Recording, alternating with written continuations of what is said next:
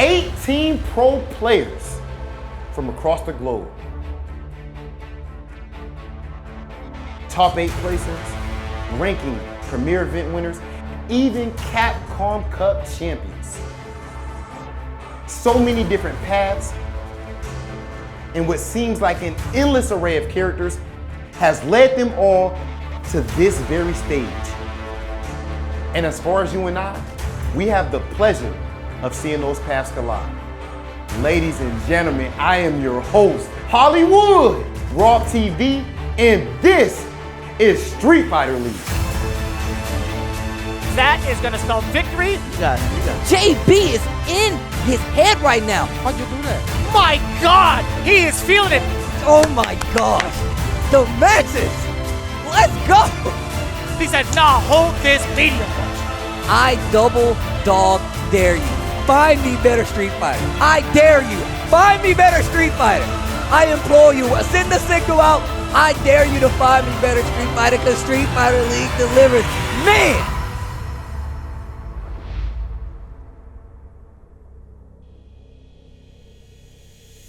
Street Fighter League continues, and ladies and gentlemen, this is the playoffs. Street Fighter League Season 3 started with a bang and is going to end with a bang. My name is Tasty Steve, joined by Vicious. What's going on, everybody? We have quite the show for you today, as it is playoff time. All of these teams competing to see who will take on Team Japan for the Street Fighter League finale. And the Street Fighter League finale is where everybody wants to be. You want to be in that seat going forward. Today, we're trying to see who's going to be in that hot seat versus Japan to be the champion of Street Fighter League, the world at this point. And they are trying to get that championship. And if you look a little closely, you can see it right there. They want one of these bad boys. You see the bling from long distance, and they definitely want to get that championship ring, right? Not this one, though, because these have our names on it. Yeah, you don't, not these ones. You don't want these. These have our names on it. Like, you guys don't. And you don't want to be the best commentators. You want to be the best team here at Street Fighter League. You don't want these. You want the built belt. You want the chewiness. You want that 150,000 smackers that's on the line if you can get that championship spot, but it is not going to be easy. We've had 15 weeks of normal week play. We had that playoff season, and now we're there. Now we're getting to that point, down to the nitty-gritty, and right now I'm kind of afraid, right? Because it's Nemo, Tokido, Daigo's team, the last teams. Gosh, they're still trying to duke it out too for those last 2 spots, as we are here as well in North America for Street Fighter League. We have our top 4 established. It's gonna be Alpha 3 going up against All In, and then you see down below as well, you have Team NASR going off against Team DYNAMITE. Team DYNAMITE held up their end of the bargain, coming through to make that last playoff spot. UIU didn't end the season too well, but we're going to give you the standings. Starting off with UIU, finished the season at 0-10. Psycho Shinobi also going to leave us here, finishing the season at 4-6. But I want to give a hand for those guys who did come in. They played their part, tried their best to get to that playoff spot, but it's not going to work out. We already have our teams. Who is left, though? We do have DYNAMITE, who finished at 5-5. NASR making an amazing comeback at 6-4. All In 7-3. Alpha 3 at 8-2 to end the regular season. And of course, we would like to give a major shout outs to Seiko, who has been giving us these MVP call outs with the play of the day. The half season mark saw us crown Punk as the MVP. But at the end of the season, we had a brand new one. It was ANGRYBIRD, who made numerous moves throughout the entire season. Nice. We need that on a poster, right? I would buy that shirt. I need that poster. I'm telling you right now. But there's so much energy that has went into getting up into this point of Street Fighter League, and there's been so many nail-biting matches. But now we have our final teams, and only 2 of those teams are going to make it to that final bracket versus Team Japan. Again, the journey wasn't long and arduous one, but it's come down to this very moment here at Street Fighter League. This is playoffs time, baby. The top 4 teams, it's gonna be one you do not want to miss, because again, there is so much much on the line. Everything's been completely unpredictable, but I'll tell you what, you'll get the results and see who comes out on top right after this. When we return, we'll have our first set of battles here at Street Fighter League. It's the playoffs time, baby. Street Fighter League Season 3. Again, this is the playoffs. You do not want to miss what's about to go down. It is going to be the fate of the World Warriors happening right now. We have Alpha 3 going up against All In for our first match to determine who will be the first team to face off against Team Japan. Alpha 3 and All In, two teams that have led this entire season. We saw both of them kind of start off at a rocky spot. Even Alpha 3 Punk taking the big loss versus SKZ from All In, and that kind of set the tone for what you can expect here at Street Fighter League. However, I mean, All In as a team as well has come together quite a bit. You see IDOM, 801 Strider, SKZ. SKZ in that set has done tremendous work. And again, you talk about the journey that both of these teams have made up until this very moment, right? All In going pretty much undefeated for the first half of regular season play up until this very moment, still carrying that momentum with them. Even Alpha 3, right? They started off a little rocky only in week 1 to go completely undefeated afterwards. And then that very last moment where they faced off against DYNAMITE. And they only faced that second loss during that moment. Again, it's been a lot of passion, a lot of emotion, and a lot of damn good Street Fighter throughout the entire way between these two teams. Now, also, you have to remember, whoever wins this first team battle will go on and get that first spot when it comes to the finals. And that's what we've been trying to let you guys know. We've been trying to inform you that you want to enter on the winner's side. You get that one battle, you win, you make it through, and you're already in that bracket against Japan. However, we still have 3 other teams that are going to have to duke it out right after that. True. And we've already spoken about them. Of course, Seiko watches will be on the line as well. We've already given them to the MVPs. They have taken the extra step of making sure these teams will be receiving one of these beautiful Seiko watches. Just Photoshop that bad boy in. You guys know It's what to right do. here. It's right here. You can't see it, you know? We No? have the exclusive camo version, Yeah, right? So. yeah. We have the 12 version from Third Strike. He just goes invisible. Anyways, it's a limited edition. Either way, we still have more teams on that other side as well. NASR as well as DYNAMITE. Whoever loses will go to that loser side of the bracket and have to fight it out for there. So we only know for sure this first victory will get you a spot in that finals bracket to go up against Team Japan. Now, obviously, there's a ton of pressure going into this as the winner's side. They only need 1 win, and they are secure, right? So I'm very curious to see the mindset behind Alpha 3. If I'm not mistaken, Rob TV is standing by with Punk, CJ Truth, and Nephew to hear their thoughts going into the playoffs. Ladies and gentlemen, it is playoff time. And I'm hyped. I know you guys are feeling it right now too. And I know that you guys, Team Alpha 3, the #1 ranked team in the regular season. I know they're ready for their match with Team All In. How are you guys feeling right now? Feeling phenomenal. Phenomenal. Oh, that vocab. Okay. Feeling great. Really am. Ah, he beat you. What you got? I'm feeling pretty good. Oh, damn. You came last because I believe you tried to act pretty as if that. No, that's trash. Punk, since you started off the best, I'm going to go ahead and go to you with the first question. I'm going to talk about this journey, bro. You guys started off, I can't even say you started off bad, because that would imply that you lost a few games or something like that. You end up losing the first game of the season. Like, could you picture being the #1 ranked team going into the playoffs? Yes, I thought we would be #1. I mean, losing the first week doesn't really affect me. I was just upset. All of us were upset except really Nephew. He kind of was the equalizer on the team, kind of. While me and CJ was salty in the car ride back, Nephew was like, "It's okay, guys. We got this next week. Just 1 game, guys. It's okay." Yeah, like, it's 1 game, guys. We got it next week." And Nephew was trying to lift the team up with his quiet-ass voice. I'm trying to hear that. Since then, obviously, you guys have actually been on a complete tear. You guys lost 1 game since the second half of the season, which was just the last game. DYNAMITE did an amazing job, you know, so much respect to them, and they're in the playoffs now. You guys will be seeing them later. But it's not a loss that I took too serious. Not that you guys weren't like weren't trying, but they were in war mode, so they played amazing. Did that loss derail your momentum at all going into the playoffs? No, I don't think so. I just wanted to show off my character variety with playing Chun-Li, you know, so I feel like it's best that we save our energy to play, you know, and not Like, you know, just, load management. yeah, like kind of like how, you know, like Kawhi Leonard, LeBron. No, they don't be say sitting don't out say games. Kawhi Leonard. Don't say Kawhi. Say LeBron. Don't say Kawhi. Yeah, but you know how they sit out games and, you know, they come back a few games after, you know, you just want to save our energy. We want to play good in the playoffs because this is what really matters. The regular season, it only matters up until a certain point, and then when, you know, when you at that point. 8-1, you know what I'm saying? And the end of the day, you already took care of business. Yeah. So now we are to the point where things are gonna matter. I can't believe it. Like, you couldn't have written this stuff any better. We have Team Alpha 3 going up against Team All In. I am excited as heck. I cannot wait. I don't even care who wins. It's gonna be exciting no matter what. I know the pop-off is gonna be ridiculous. What are you guys thinking going up against Team All In for this tiebreaker, Alan? I think they're scared of us. We beat them pretty bad last time. So, Damn! Okay, so I'm sorry, go ahead. so like, it's definitely in our favor, like the momentum and everything. So I just think that's gonna carry through and we're gonna win.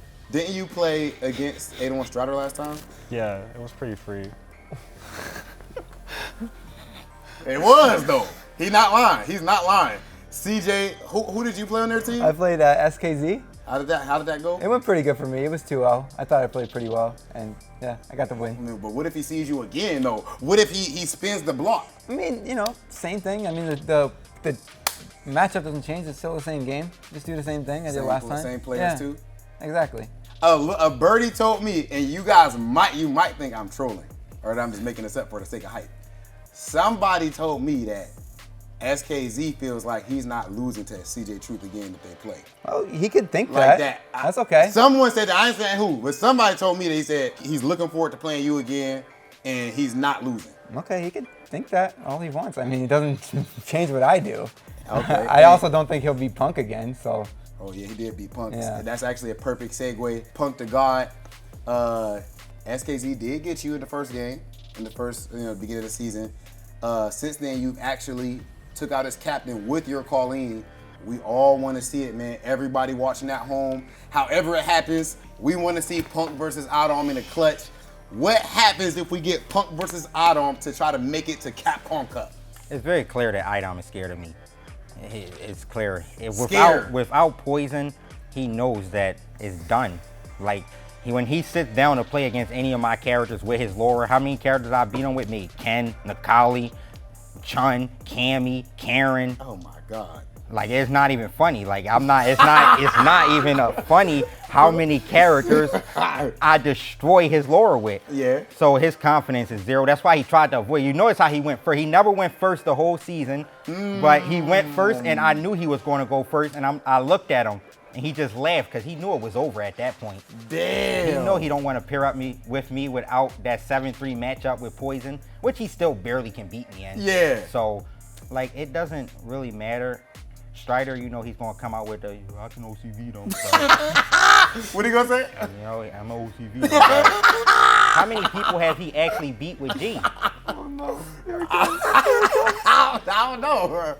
But he's a good player. About He's 0.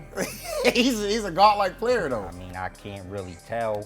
I wish y'all could show me some clips of it, cause I can't tell. And SKZ, I'm not gonna lie. When he played CJ, I was hoping CJ lost, but I told them this when we were coming. Oh, you wanted to smoke SKZ? Yeah, I wanted to destroy him. Because I know he feel like he's really nice, but he's not on my level. It's not close, okay? It's not close. I just wanted to destroy him. Yeah, But so you CJ, would like to run into him. Yeah, in I the would love to playoffs. play him. I don't even care about IDOM. I actually want to play SKZ. Oh my God. What about Strider though? You might run the Strider. I mean, I beat that dude so many times in his career. He's a past thing for me. I don't care about him. So I just really want to destroy SKZ. Rest of their team record is so negative versus me that it don't even matter to play them anymore. But SKZ is 1-0, so I need to rewrite wrongs and smoke them. Well, there hasn't been too many wrongs for you guys to rewrite. You had an amazing season, being the best team on Street Fighter League. You actually ended up being one of the best teams in Street Fighter League history, in my opinion. You guys' chemistry was great, super entertaining, playing amazing, everyone carrying their weight. And I'm super excited to see what happens in the playoffs. Punk, IDOM, Team Alpha 3, Team All In. You only get that here at Street Fighter League Season 3. Does that count like as chaotic good when it comes to Punk? Like, he's like, I'll sacrifice one of my teammates to let SKZ, you know, run through CJ True so he could come back to me and I could give him that proper whooping. I don't know, man, but either way, it's going to be the fated showdown. We talked about this time and time again so far. I'm absolutely excited to see how this turns out. Yeah, I mean, Punk saying that he wants to get the rung back versus SKZ says a lot. One of the reasons that I mentioned it is because I don't know how many losses Punk has here in Street Fighter League. He's been here all 3 seasons and has a pretty stellar win record overall. I mean, even touched on it saying he does not want his team to lose at all, especially if it's dependent on him. I mean, that team is looking strong regardless. And now you're looking at the other team as well, All In, who had a fantastic record in their first half. And I would love to hear what that team has to say going into the playoffs. Rob TV has the entire team stand by. I'm trying to collect myself. I'm trying to collect my thoughts right now. I'm trying to suppress my energy. I am so excited because it's playoff time. And I'm sitting here right next to Team All In, top 2 team this season. You guys have been amazing. How are you feeling going into the playoffs? Pretty good, I guess. I mean, it's just glad to be in the playoffs in the first place. Yeah, in general. Yeah. How about you, Neil? Feeling good. I mean, we got the run back that we asked for. Yeah, big facts, Neil. How you feeling, Gus? I'm excited, man. I'm, ready for some honest, wholesome footsies. Some honest, wholesome jab buffers and all that? Yeah, man. That's honest, hard work. Gus, actually, forget it. I'm going to start with you, man. I want to start with you. Just even you bringing up the G and everything. I feel like during the regular season, maybe you haven't gotten the exact results individually that you're used to getting. Oh, I definitely underperformed. Like, honestly, I pretty much got carried. Like, I'm not gonna lie, I pretty much got carried. That's on me. That's strictly on me. But thankfully, I mean, your teammates have been looking at SKZ. Honestly, I was not expecting SKZ to. Bro, look, we're gonna get to that next. SKZ, I've said it time and time again. And I'm just so happy for you right now, man. Like, just even seeing you here, you've been a huge contributor to your team. And I feel like you are the rising star of Street Fighter League. How does it feel to have contributed so much to this team? It definitely surpassed my expectations of when I first came to Street Fighter League. So I think I did really well for the first half of the season. So I think it's because in the very first game I beat Punk, and I just kind of rode that momentum, and we finished 5-0, right, in the first half. Yeah, in the second half, I don't think I performed as well. Yeah, but I mean, we still got here, right? Top 2. That's all that matters, yeah. So I'm looking for some redemption for that, and I'm hoping that I'll perform well in the playoffs. Okay, IDOM, we're gonna do this a little different, okay? First off, before we get into it, okay, obviously, IDOM, reigning Capcom Cup champion, been arguably the most clutch player here. This guy's amazing. He's the only player in the world who's like elite with his character that no one else is even in the neck. There is no number 2. Yeah. Right, all of that. But we are here for IDOM versus Punk the God. That's what I want to see. Punk was talking crazy in here. SKZ, Gus, I'm gonna have some questions for you guys about this too. And actually, I'm doing that team a disservice. It was not just Punk. It was not just Punk. Nephew was talking crazy. He said you guys were scared. Impossible. I swear to you. I don't believe Oh my God. I've actually never heard Nephew talk. No, Nephew. They don't believe it. No, where's the producers? I'm not lying. Look, okay, look, guys. I know I troll. I swear to you, on everything I love, I'm not kidding. Nephew said, I asked Nephew, how's he feeling? He said, I feel like they're scared of us. And he said that his match with Strider was free. He said that as well. Punk is saying that. But IDOM, the captain, what are you thinking going into this one, man? I mean, we just play our best. We should win. That's honestly it. If we play our best, we'll win the match. So as far as the Punk versus IDOM narrative, people always, it's just a thing, man, when it comes to competition. Do you want to smoke Punk, or is it just another match for you? If it's just another match, you can be honest and say that. There's nothing wrong with that. I mean, it's just another match. I mean, you promise me. It's just you serious? It's just another match. You swear? I swear, bro. It's just another match. Damn, he's telling the truth. All right. Well, Strider, I'm not saying is it going to be free or something like that. I'm saying, would you specifically like to smoke Punk? Oh, I would love to. I would love to. Gus, Team All In, I appreciate you guys so much. I love the fact that you guys stay within your damn zone while still being entertaining. Like, there's not only one way to do it. You don't get baited by someone talking trash and all that. So I think that you're extremely poised going into this match. And oh my goodness, I can't wait to see it. Ladies and gentlemen, this is the playoffs. Team All In going up against Team Alpha 3 to see who's gonna make it to Capcom Cup. I can't wait. Complete stark contrast between those two interviews and the teams, right? Team Alpha 3 is like, man, we're trying to beat everybody. Punk wants to be the best in the world. CJ Truth is ridiculous. Nephew is ridiculous. And All In is like, yo, man, one game at a time, baby. You know, just we gonna get there when we get there. 801 Strider like, hey, man, I essentially got carried at this point, you know. And SKZ saying, like, just being there and holding down the team to such a capacity. Once again, All In, a team that a lot of people were looking at because of IDOM, but it turns out SKZ was a major factor in it. Let's move over to some of the bans before we get into this battle. Alpha 3, they banned Poison. All In chose to ban Colleen, right? And of course, it sets us up for a big time match. It's gonna be Nephew versus SKZ. Big time fact, Nephew not able to rock the Colleen. You best believe he's going with the president of the world. SKZ rocking that tried and true set with all the mad cradles to rock every baby to sleep on the planet. Guys, I need you out there in the chat. Make some noise. Let me see it. This is it. The playoffs begins now, and one of these teams will be going up against Team Japan in the finals. Baby, let's go.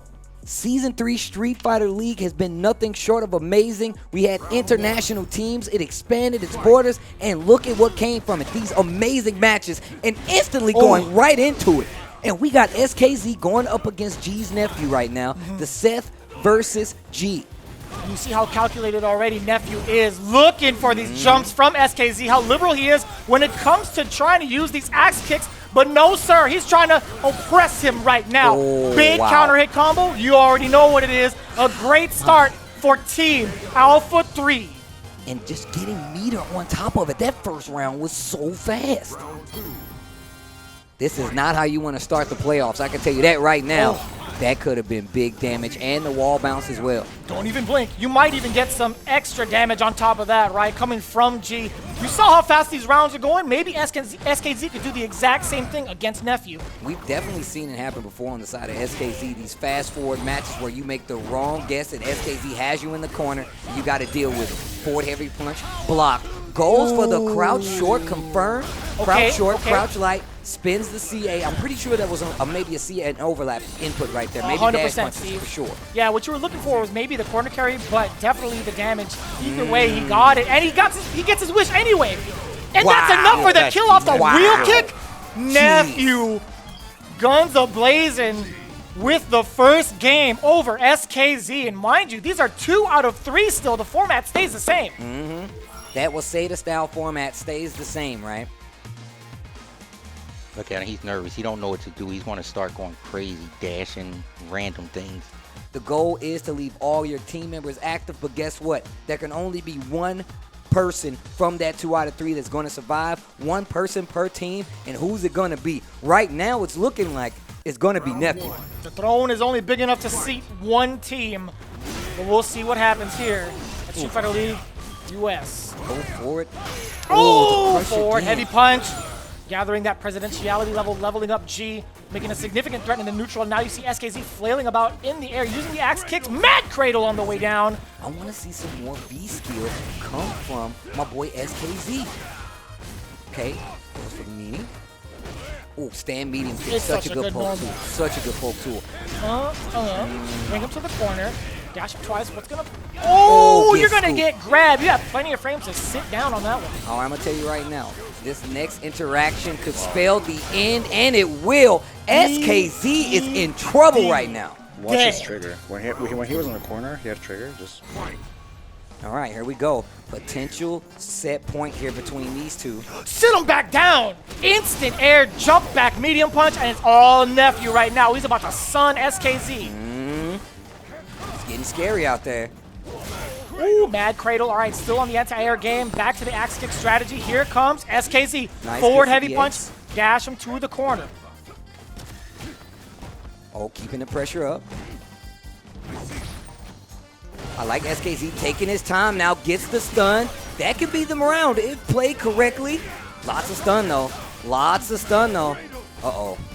Trigger on the table. Medium kick activate. I already knew it was coming. It's Back time throw. to Oh guess. no. CA full resources. It's time to guess, Steve. Don't get hit again. Please don't get a hit. One Hit more again. touch and you're pretty much... No, actually, you're dead. Critical Art is on deck. Nephew Wow. is going to eliminate SKZ. Drawing first blood for Wow. Alpha 3. Wow, that took off a chunk.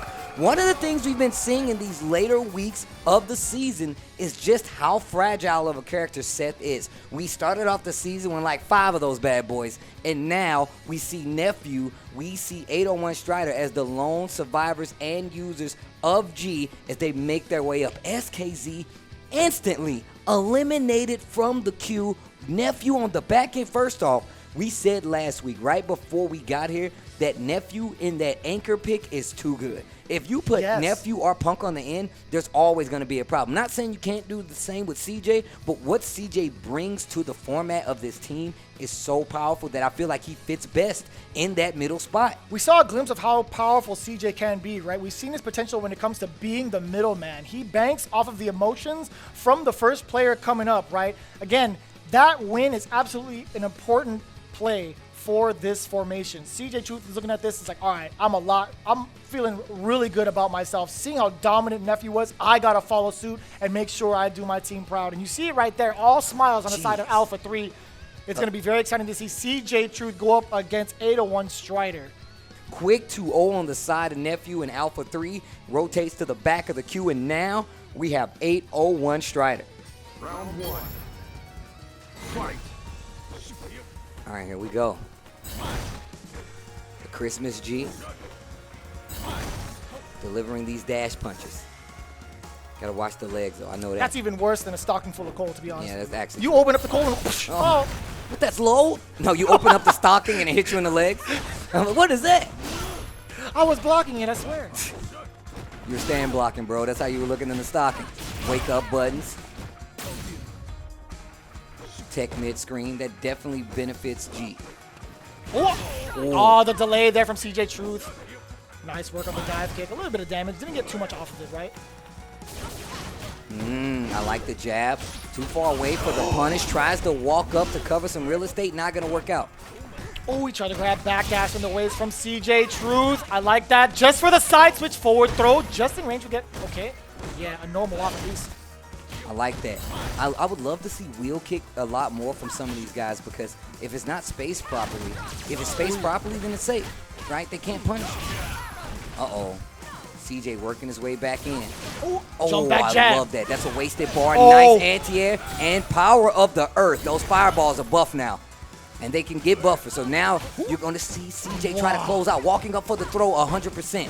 Look at the pressure. Medium kick is so good. That wheel kick you just mentioned, again, halting the advance from CJ Truth. Check the lows. And remember, Punk specifically aiming at 801 Strider for that smack talk, right? Yeah. And you see he's even got the bells on the shoes. You know when he's coming up with these lows, right? You just hear the that ain't no reindeer, baby. That ain't no reindeer, baby. That is G, baby. That is trigger G. Tring, is that Santa Claus? Oh no, it ain't. Is that cold or damage? I got a sock. Oh my God! Dash punch to the legs. No. No matter what, nobody asked for this. Nobody asked for this. No, nobody asked for this. I like that forward heavy punch. Once again, you space it properly. Man, you know how intimidating G is when Cammy just lets you walk out of the corner like that. Dash up. Great attentive gameplay here by CJ. Checking away with these lights and the low medium kicks, right? Making sure CJ doesn't take too much space going forward. Oh, I love the patience on the side of 801 Strider. And look at how much closer he is. He's getting to that trigger. The game hasn't started yet. Now it's about to start. Right now, activation. Oh, he punished that 100%. He was ready. Looking for the Scooby. I told you to guard the legs. He had the list ready all year. I'm telling you, he had this list and he checked it twice. EX uppercut on the side of CJ Truth. Oh no. Back throw. One more will do it. Oh. There's trigger. Please don't get hit. CJ. Don't get hit. Do not get hit. And V reversal. Just chipping away a little bit. That's the end of that trigger. Oh, I thought we were going to see a cannon drill. This is dangerous. Chip territory. It's right there. Just get the dash punch slow. Yup. I knew it. Oh, no. 3 seconds. If he goes into a dash punch into CA, oh, he's saving it. He's saving it. Oh, the gray life, I think it would have did it. I was thinking, okay, so here's the deal, right? At like 4 or 5 seconds left, if you did a dash swing low cancel into CA, I think it would have chipped him out, no? I mean, with that, that's what I meant with that gray life. I think it actually would have worked, but we're never going to find out. Still, in this third round, game 1, CJ versus 801 Strider. And the anti-air was in time still? He caught the dive kick on the tail end of it. 801 Strider now pushing CJ to the corner. Dash up, jab. Oh, walk up, gets under that heavy kick. Another one. 801 Strider just honing in on CJ Truth in this corner. CJ fighting out, and I'm gonna tell you right now, one of the things successfully done this entire season by CJ is get out of corners. Like, my man is always getting out of corners, even if it comes from that crouching heavy punch activation. He knows how to get out of the corner, using trigger, using tools at the disposal, and fighting in the middle of the screen is looking so much more comfortable for 801 Strider. A hit right now can be the end. That CA has lasted the entire set, and that is going to be the first game, 801 Strider. I think you're just letting them get too comfortable and neutral. I think I gotta cross him up more. I gotta find a way. I think I'm just standing a little too much in obvious spots, you know?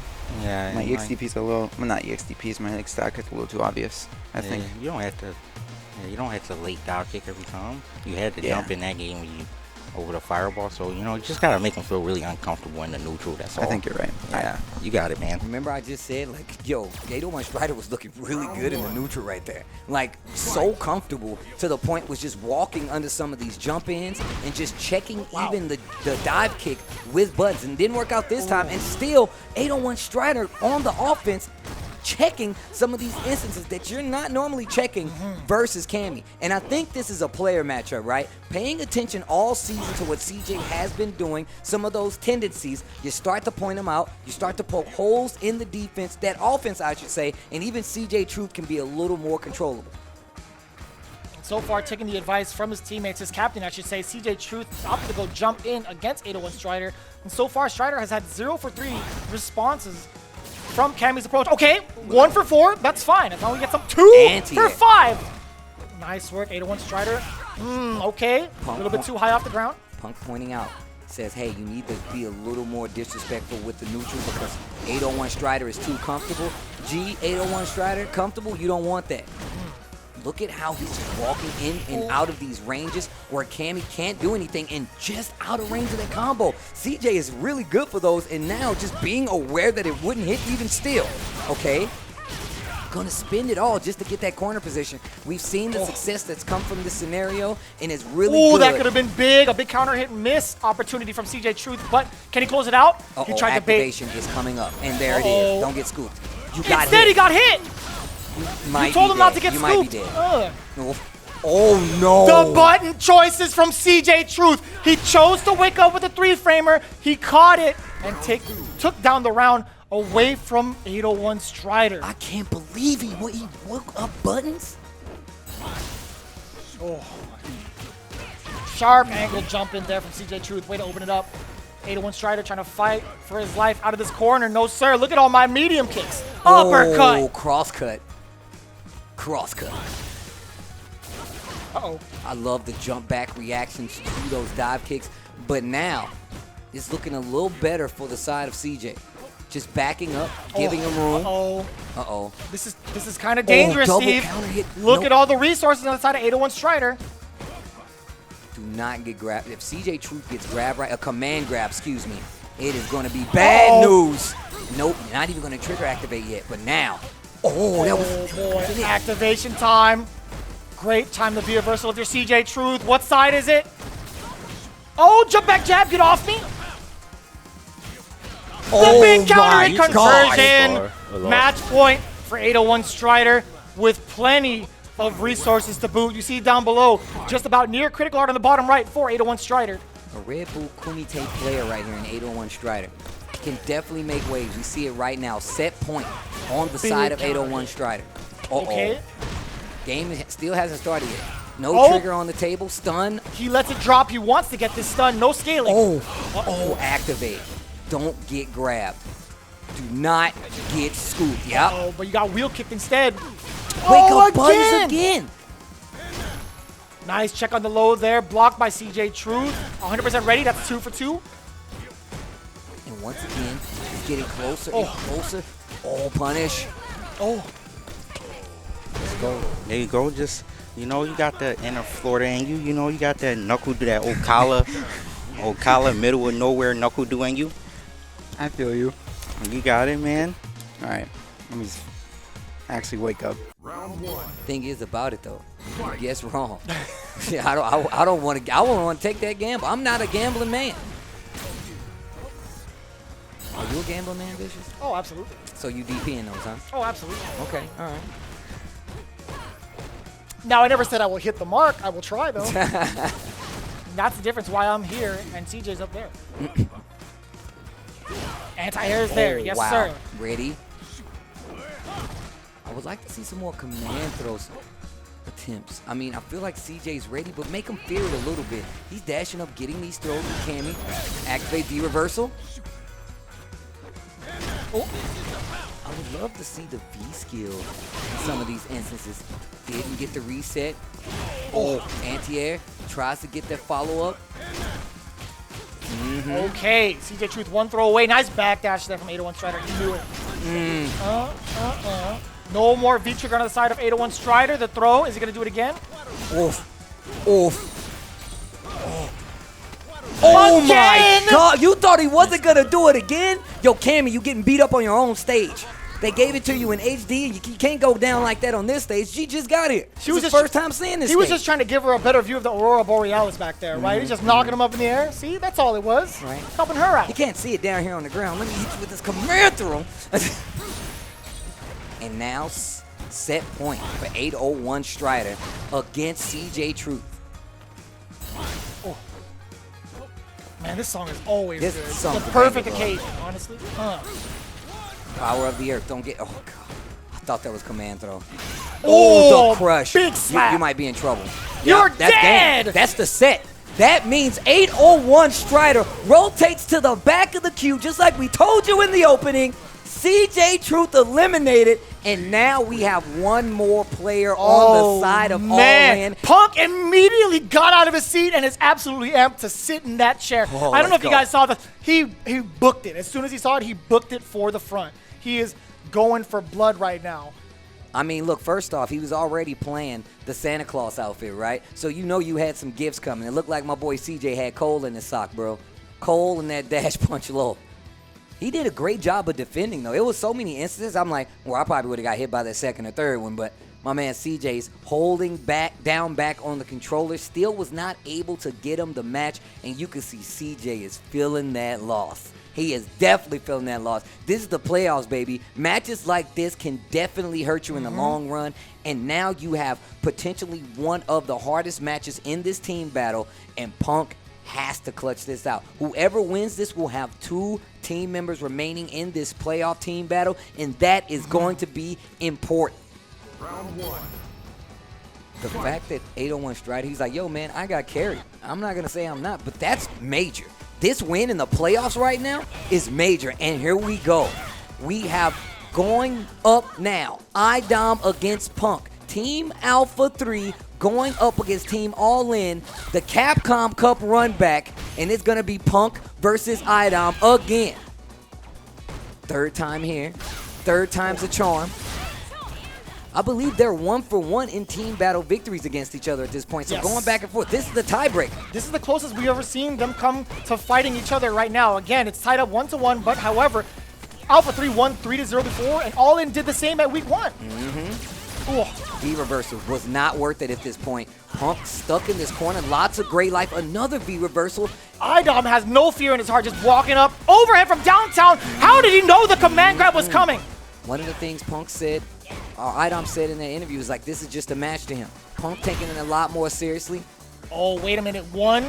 You're That's dead. all it's gonna be. You're dead. EX. Oh, he's gonna go for the coup de Oh grace, no, right? he's not about to play with that. And right now in Street Fighter V, the meta is finish your plate. And I guarantee you, Punk does not want to go and give another instance for Laura to activate that V trigger. We've seen what kind of damage happens when she activates. Spins one bar of that EX on the Thunderclap. Oh.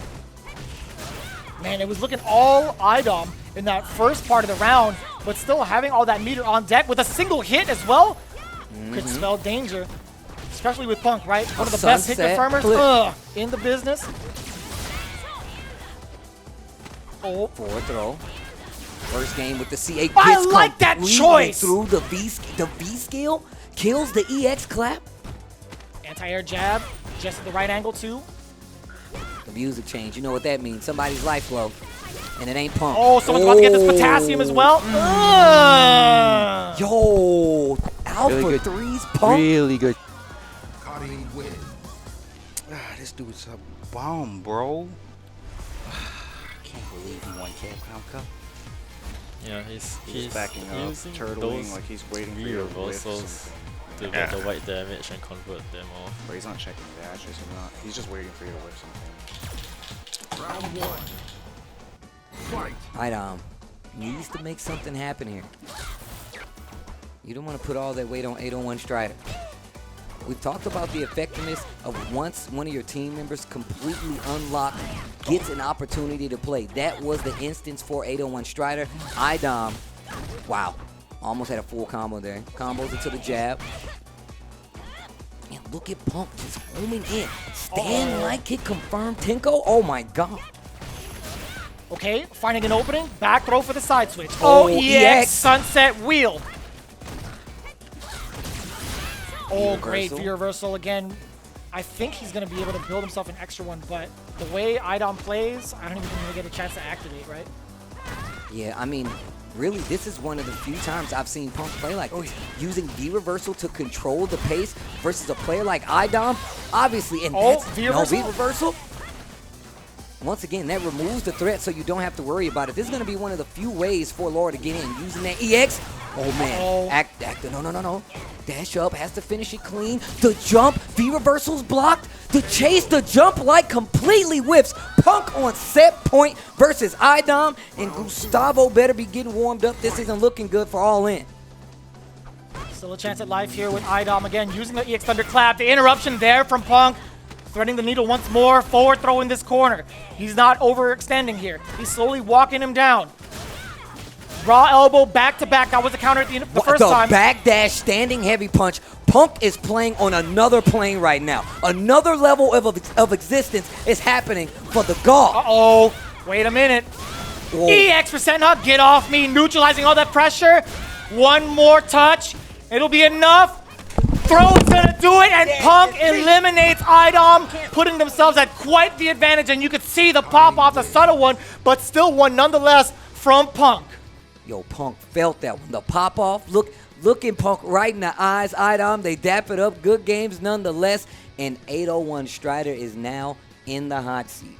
Not only does he have to defeat Punk, but he also has to defeat Nephew, and that is, I mean, but look, at least you get the mirror match. Now it's just the battle of the G's. After this, now once again, I've been saying this all season, Vicious. I said, look, there's no, and you said it yourself, there's no point in banning Punk, right? Aim for the team. Me personally, if I'm fighting Alpha 3, first half of the season, I'm banning CJ. Oh, yeah. The second half of the season, it's Nephew. You gotta sweep the leg, You gotta sweep the leg. Make Punk the hill to climb, you know? Not any other team member. Don't get me wrong. These guys are amazing when it comes to the gameplay, but you still have to be able to put in that work to get the job done. And right now, 801 Strider is in position to make a big move. If he can take out Nephew in this position, he only has one more hill to climb. But that's a big hill, and that's Punk. Round one. Gil in the background. Fight. Eating fruit. My man's Eating fruits. Look, man. I like this setup, man. Either way, you're getting GG. Right? This is GG. It's definitely GG's. Neutral heavy game you're watching right now. Alpha 3's Nephew in the pink. 801 Strider. Rocking the blue Santa. The buffer off the stand light kick gets the power up as well. That means those projectiles are going to be a little stronger. You're going to want to get the knockdown to lower the level of that fireball. You can see right there, 2 hits instead of 1. Way more effective in the fireball game is Nephew compared to 801 Strider right now. He can't even contest. The fireball's coming out so much faster. Look at that. He just keeps walking into this range. And 801 Strider gets picked up, and that would have been sick. Activate. Oh, command grab. My gosh. He still has some left over from when he played up against CJ Truth. Wheel kick. Dash up. What's the play? Anti-air. Oh, man. Oh, my God. That stun? That stun? That is the round. Good games. You said it was going to be GG's no matter what. And what did we say? The game doesn't start until G gets V-triggered. It doesn't even begin. It doesn't even begin. You thought you were playing Street Fighter. You didn't see that V-trigger go up. You're still afraid for your life. Exactly why this is one of the best V-triggers in the game, right? You talk about it always in that top 5 discussion. G has that highway robbery factor. Even without it, look at the damage output and the setups even. Oh my goodness, the amount of damage so far that this character could churn out. Full crush. Wall bounce. Activate. Wheel kick. Big damage and the corner carry. Counter hit found. Stun. Roundhouse enough. Counter hit detected. Defeat is imminent. There we go. Full critical art. Oh, the buffer tools. You saw that? Speed of light reactions there from 801 Strider. Counter hit. We saw what happens when 801 Strider starts feeling good, and this is not looking good for Nephew. Just for now, right? You see that V-trigger building up for Nephew. Anti-air crouch, heavy punch, fireball to back it up. Dash Dashing. up. Big damage. Round, okay. Yep, I like that. Gets the meaty. Activation. Don't get thrown. He almost did it. He knows. He knows. He's a G player. You think you're going to get him with a command grab? My man plays this character in his sleep. Big brain plays coming from the genius that is 801 Strider. I feel like he's playing pretty nervous, and that's all he's going to. You know, I think like the way you're playing, you're fine. Like you're beating him in neutral. He just got 1 jab buffer, and then just kind of win the game. You're fine. Round 1. Fight. Oh. Charge up, Presidentiality level up for Gustavo. 801 Strider. Now the fireballs ever so potent now. Oh, and look at how this game is completely changed around. 801 Strider this time with the powered up fireball, not using it as much. Yo, standing medium kick. Gladiators. Oh, that's not good. That's not good. Crouching heavy punch gets the dash up. Not going to waste any of that trigger, so just going to save. Ooh, no conversion out of it. He's going for the stun. I get it. He's not dead, though, and that's a problem because now G's going to get an opportunity to activate a trigger of his own, and we've seen what 801 Strider can do. Oh, not like this. And he got the frame kill off of that. He is styling, profiling. Don't get grabbed. He's dead. That's done. Yo, you said highlight reel? Warm up the VHSs. We're about to make some crazy, crazy highlight reels. We ain't gonna even make it digital. I want you to have to pull out a VCR. You said you wanted clips? I got you, bro. You said I haven't done anything? I got you, bro. Big buffer coming from Big Neff. Moving on over to that corner. Gets the meaty, standing medium punch. But this is Nephew we're talking about. Back throw or throw would be enough. No, the stun no longer there, but the V reversal finds its mark. Yeah, that V reversal, though, means that's going to be a long time before we see a trigger coming from 801 Strider in this match. And that means defense is going to have to be the name of the game if he wants to close out this match and move on to Punk. This is set point. And I told you, this game does not start until G gets V-trigger. Backing up a little bit. Almost had the whip. Oh, and it was so far away. Yeah, Nephew finds life here in another round, tying it all up against 801 Strider. It's 1-1 right now? I believe so. What the? Low forward. Yeah, punished. I told you, you got to space it properly because if not, you are susceptible to being punished. In this corner, once again, we've seen 801 Strider get so much damage just in this position alone. Oh, he was ready for it. He was egging him on. He's like, come out here and jump. Oh my gosh, I love that move. I don't like G, but that standing heavy kick just, ugh. The way it hits twice even knocks you down if you're airborne. It's like he's holding his foot. What? He's like he's holding it. He treats his leg like an arm, I right? feel like. Oh no. Oh no, don't get grabbed again. Oh my God, the dirt. You said you wanted highlights? I got you. Critical It art. ain't over. Oh no, that's gonna hit. That is gonna hit. Big It's gonna damage. push him to the corner as well. Decent amount of damage, only 2 hits on the critical art, Nice. and he gets my enough. God. Gee. You wanted highlights? You wanted highlights, Punk? I got you. Starring Team Alpha 3. 801 Strider taking it down over Nephew. Steve, talk to him real quick. Look, I'm gonna tell you right now. Back in the high school days, you play sports, they're like, yo, we need a highlight reel. Put some Linkin Park on that bad boy and watch him go to town. That's 801 Strider right now. 801 Strider with the combo move. That's actually a classic. That's a classic, bro. In the end, let's go. 801 Strider. You push him one step closer to the edge because he's about to break. He's about to. My man, 80. Do we get it? If we get an MVP for today, if 801 Strider gets this, he's instantly in contention.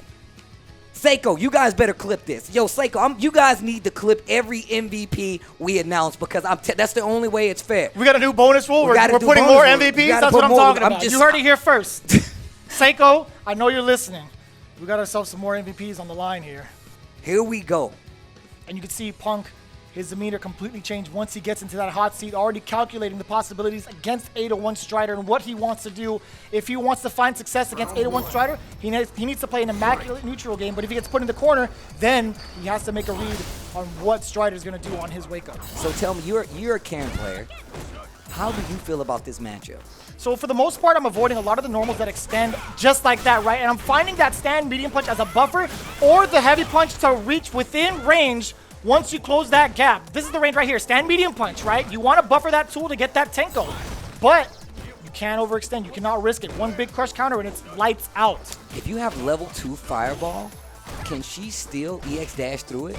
It hits low, and that's unfortunate, right? EX dash, she has like this invulnerability from like the waist up, right? Sometimes you could get clipped, depending on the spacing.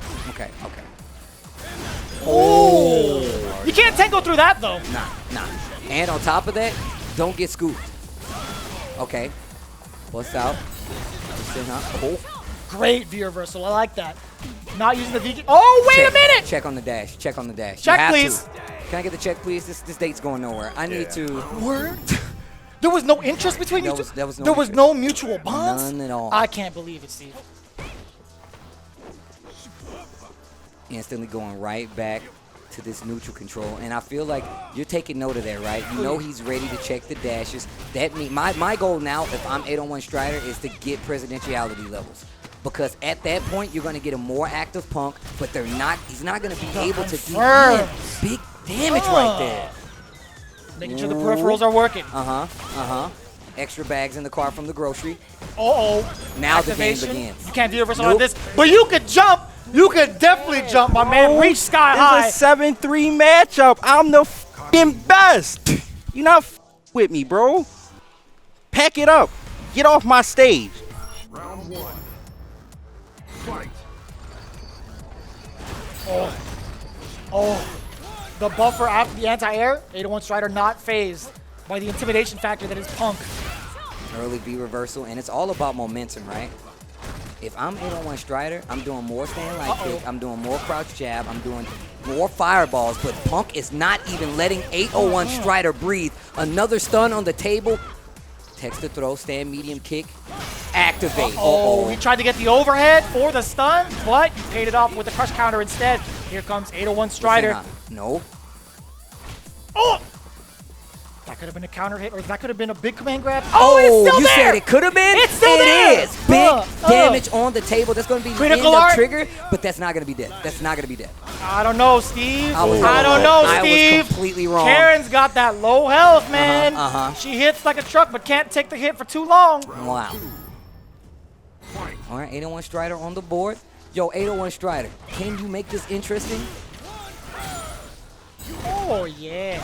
Oh, yeah. Now, this is why you need the fireballs. Do not take a knockdown in this instance. Use those projectiles. Oh, okay. You see what I'm saying? Yeah, towards that tail end of that. Oh, boy. Forward throw. Punk sitting on a lot of meter right now, and it's up to 801 Strider to slow this game down. You have to slow this down right now. You cannot activate. Now the game begins. Back throw. This is doable. We've seen what happens. Oh, the anti-air. He tried it again. Oh my God. He tried it again. He's getting hungry because look, once again, you have to remember there's a few options in that scenario. However, you know when your opponent needs big damage, right? So the command throw is going to be the most likely option to get carried, to get damage, and this is not looking good at all for 801 Strider. Another throw. Overhead will do it, or throw. And the overhead is going to be enough. He's going to build this meter as well. EX shoulder, roundhouse Tenko, and that spells defeat. Alpha 3 is your first team to play off against Team Japan here in Street Fighter League Season 3. You can't touch me. Talk to me like that, You can't touch me.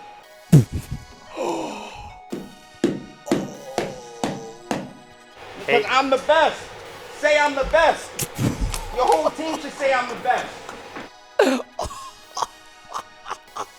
Look, man, I'm going to tell you right now, no matter how you feel about Punk, you got to eat those pop-offs. You got to eat those pop-offs. You have no choice. You have no choice. You got. It's a full course meal at this point. You can't just start in the beginning and then try to dip out afterwards. You got to pay the whole meal, man. You can't lead a table. You can't lead a table without finishing your dinner. That's what my parents used to tell me. Oh, yeah, without a doubt.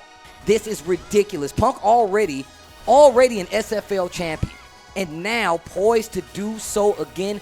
And is now the recipient of not only one Seiko watch, but two. He gets to rock them on both arms, or at least two on one, whatever he feels like doing. But he also snagged extras for his teammates, CJ Truth and Nephew. But regardless of all that, Alpha 3 looking to be the most dominant team here in North America for Street Fighter League Season 3 to go off against Team Japan. So we do have Punk standing by with Rob TV, if I'm not mistaken, to award him not only those Seiko watches, but a trip against the best of Team Japan going up in the Street Fighter League World Championships. Oh my God, that was spicy to say the least. I'm joined here by Punk, the God, the Alpha. Before we get into the interview, I wanted to give these beautiful Seiko watches to you on behalf of your teammates. Thank you, thank you, thank you. Those are definitely beautiful right there. So what in the world happened? I mean, you and Adam are back there in the anchor position.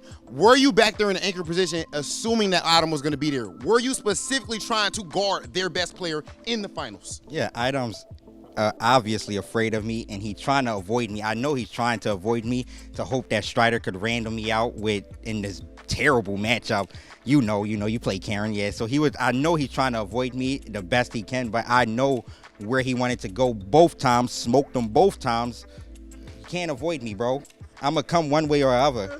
Okay, and so even after beating Adam, the reigning Capcom Cup champion, you still had to deal with 801 Strider, who I must say was playing amazing. He played, I feel like, the best that he's played the entire season, and I think that matchup is damn near 7-3. You could say it's 6-4. It is a horrible matchup, and Strider was playing great. You still made what seemed like easy work. What do you have to say about that? First, before we get into that, let's talk about how my man Nephew destroyed SKZ. He practicing with Strider all day, practicing with him all day, G7. Nephew just made quick work. 4 rounds straight. I still want to smoke SKZ, but you know, it's all love. If Nephew smoke him, it's like me smoking him, in my opinion. We live together, we train together, so I feel like Nephew beating him is just like me beating him. So I give a shout out to Nephew, because I can't honestly say I'm not 100% sure if I would beat SKZ. So I can honestly give my man Nephew a big shout out for that win. So I appreciate that. Nobody wins on their own. And as far as that and shout out to Big Neff, that's my guy. And as far as the Strider match, I feel like he actually was playing really good versus CJ. Not really Nephew. He just robbed him, to be honest. Nephew, I definitely think his G is better. Like, no joke. I believe that Nephew G is better. He just got robbed. I mean, the matchup is random. When you get hit, you got no reversal. It's nothing to be scared of. So, yeah, I think Strider actually played good. I can't say he didn't play good, but, you know, when he match up against me, his demon, the dude he'll never beat in his life. Maybe 10 years from now, he might get a game on me or something. But 7-3 matchup, made quick work. What, he got one round? That was the only round he even took my health down to like V-trigger level. He couldn't even give me a V-trigger in the 7-3 matchup. That's kind of sad in my opinion. Nephew did the same thing to him with Colleen in another terrible matchup. Like, I'm not understanding, bro. I'm just not understanding. Punk, I mean, I don't think anyone can really argue with too much of what you're saying right now because you're backing up all of the talk. Can you please let the people know who is the best player in the world?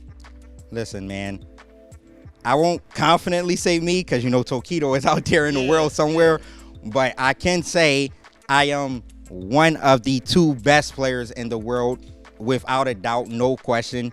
And there's no argument. No one will argue with it. IDOM, Strider, SKZ, they won't argue with it. They know who the best is. They just seen the best perform. They should actually thank me that I came here and bestowed my greatness in front of them. They should actually be thanking me that I destroyed them and allowed them to get a chance to play against me.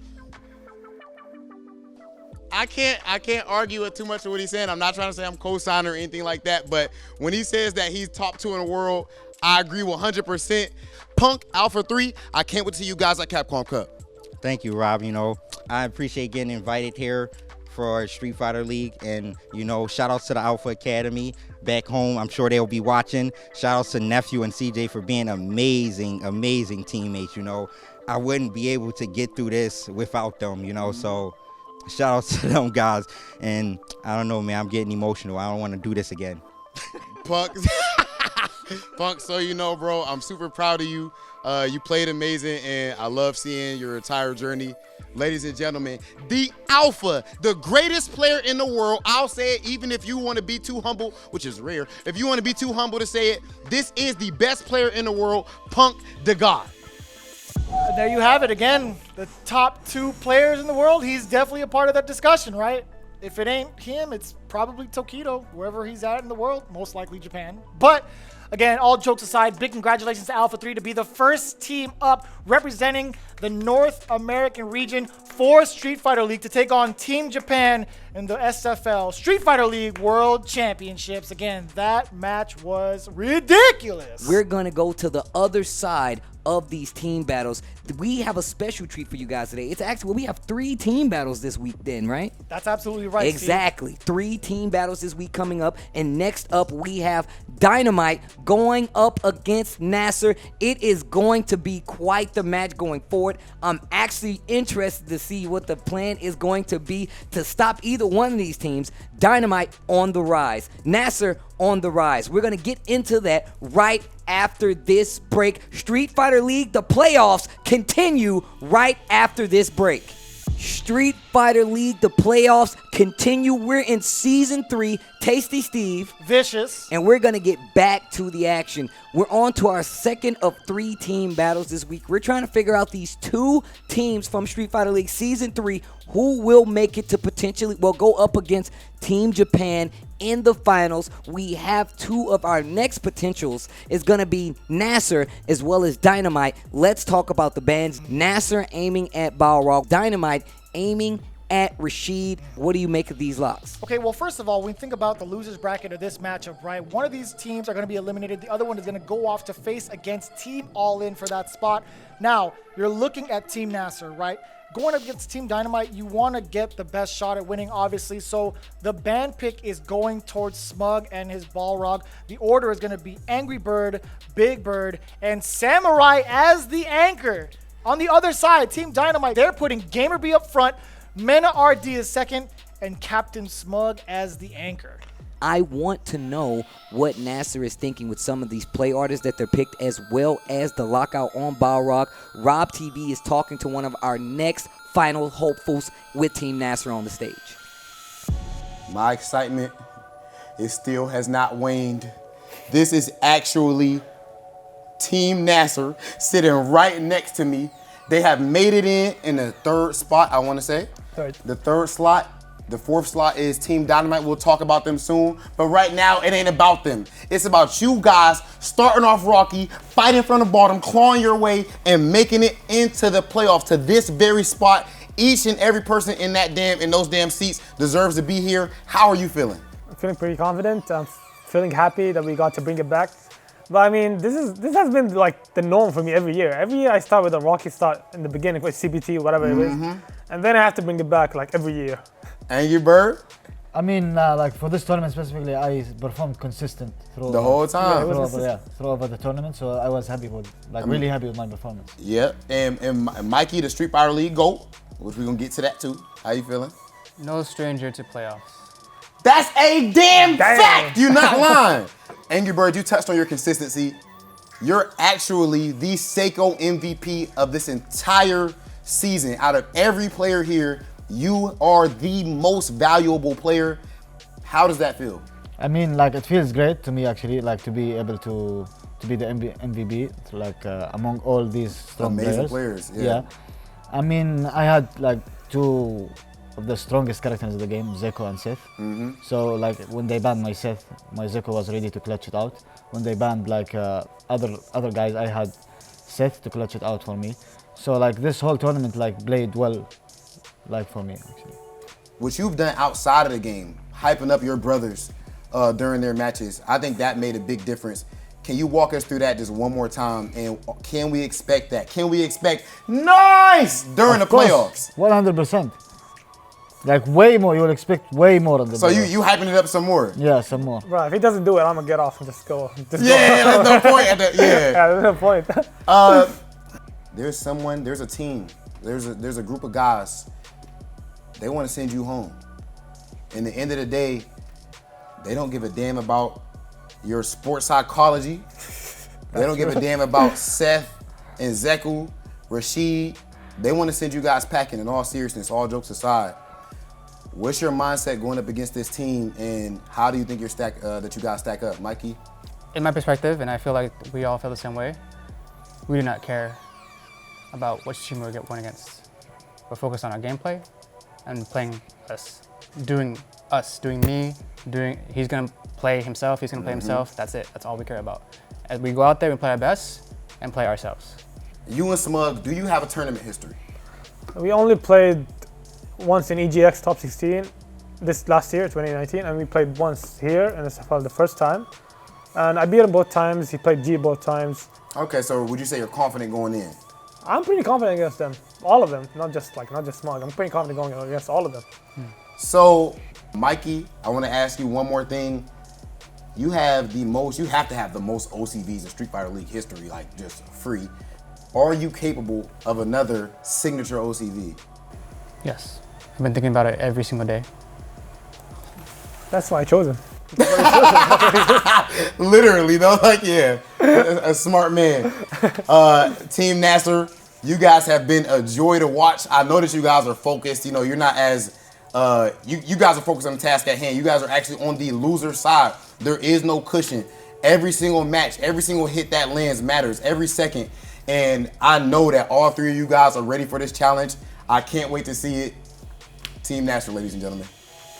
Talking about how pivotal Samurai is to that NASR team. Remember, they're new to the Street Fighter League team roster, coming in with 2 of the most powerful players in the world, if you ask me. ANGRYBIRD and Big Bird both saying Samurai is important to the team, and it makes sense because that's one of the things that we've touched on, the fact that he's a veteran here at Street Fighter League.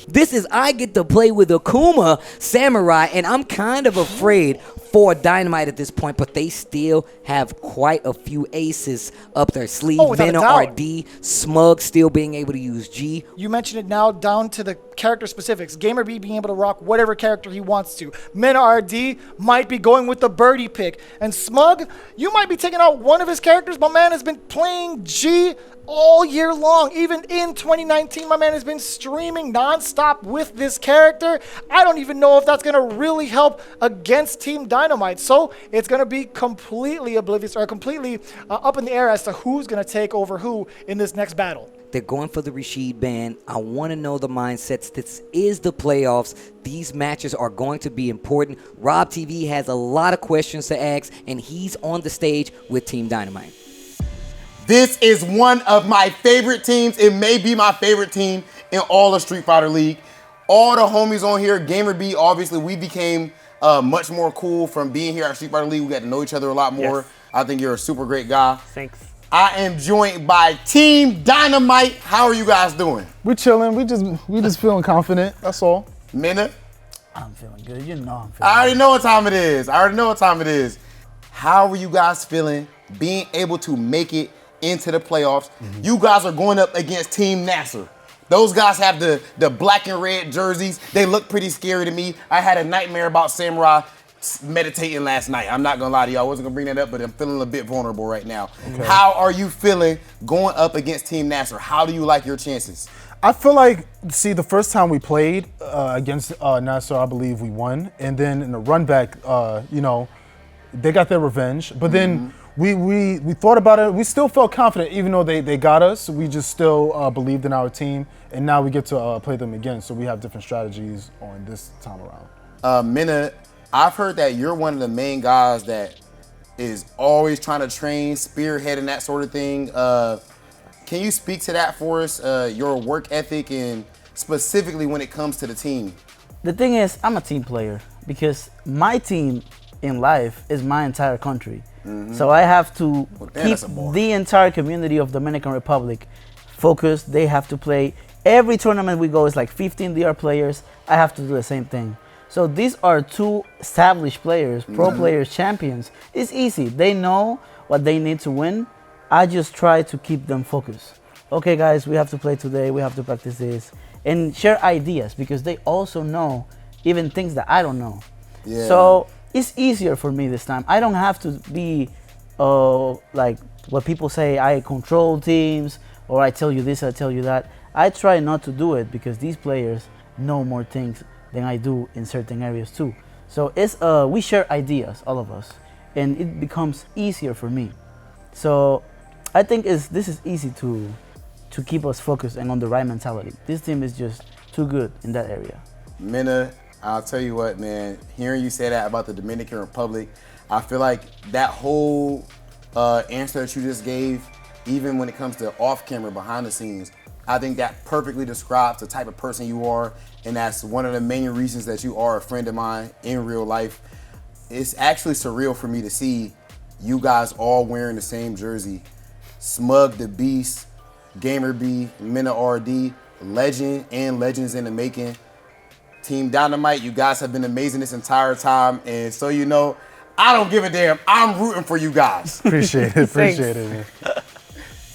A very collected team there, saying that the job is not done. I love that. I can tell you right now that personally, I look at GamerBee to bring a lot of history, a lot of knowledge to this team. And it's happened, even getting in on that smack talk. Of course, you have MENARD, a Capcom Cup champion. SMUG, another ridiculously top-level player, one of the best in the United States, if you ask me, with characters that you can only get played at the level from him. That's right. Balrog, the best Balrog in the world. Of course, you have a G that's always in contention. I think the Team Dynamite is going to do amazing, but NASR is no slouch of a team, and that no matter how you put that on the board. Both of these teams on a hot streak. They've brought themselves to this very moment here in the playoffs. We're going to see how it throws down. It's going to be NASR versus Dynamite. ANGRYBIRD up first against GamerBee. Let's go. Fight. Hey, let's go. Installing. Hey. Oh, low forward. And just real slow-paced battle right now. I don't blame GamerBee. I would do the exact same. But once you get in, we've seen the kind of prowess he has with Cammy, right? Taking out CJ. Did you see that whiff punish? Oh, and you're using your own move against you? That's and ridiculous. The combo, nonetheless. The disrespect. Okay. Minus situation. GamerBee does have a chance out of this corner. Activation from the V-trigger. He didn't want the damage off that low-medium kick. Not yet, anyway. Dive kick finds the mark. Uppercut to seal it out. Okay, I like that. I like the damage because Hey, if he had a back throw. spiral arrow, he would have been stuck in this corner anyway. There's a throw. Nice. Overhead. Reached. And Go. reached into Go. a crouching medium punch, actually. Put in the range so that overhead can hit. Seth takes that first game. That's a wish punish if I That ever was a seen wish it. punish. That was indeed a wish punish if I ever seen it. Stays in front, very low on the body, below the knees. That's how you make sure it's safe. EX confirmed. Dash up 2 times over with the block strings. Forward strong coming from Angry Bird. GamerBee's trying to fight out. Gets a counter hit. Angry Bird once more. A throw. Here we go. Overhead again. Man, that's a long leg. Nice. Let's go. Good game. Hey. That's more than enough. Just amazing. play at the distance that you can react to Brisky 1 and attack more with crouching medium kick.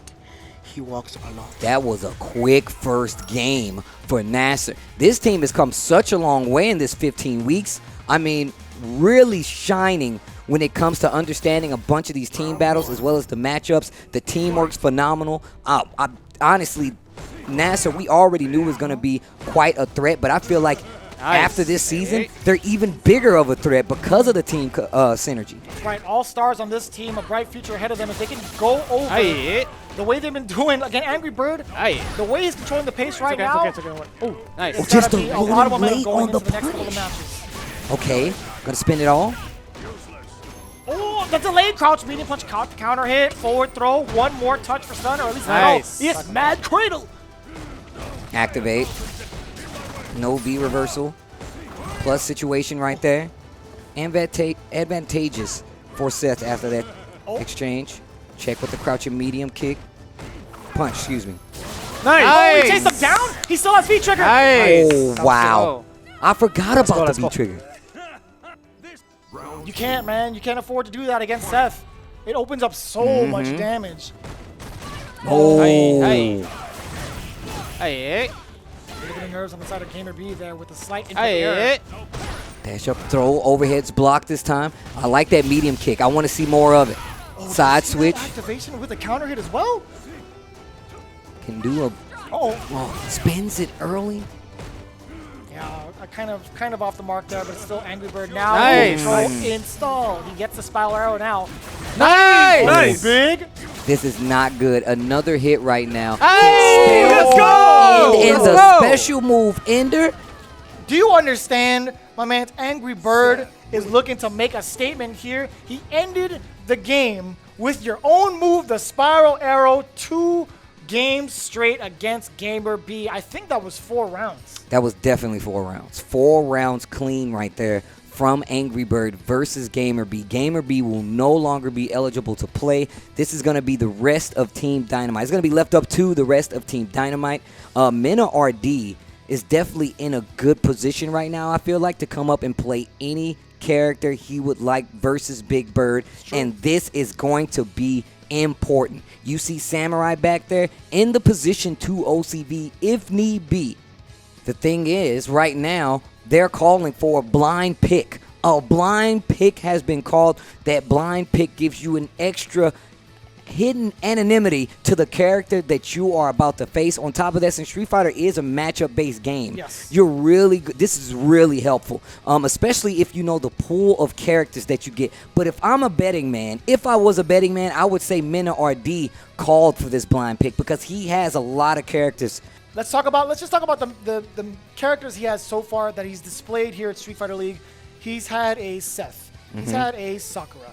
Birdie as well. He definitely has an Abby. Regardless of the matter, he's still got a wheelhouse of characters. Yeah, there's quite a few characters in his bag.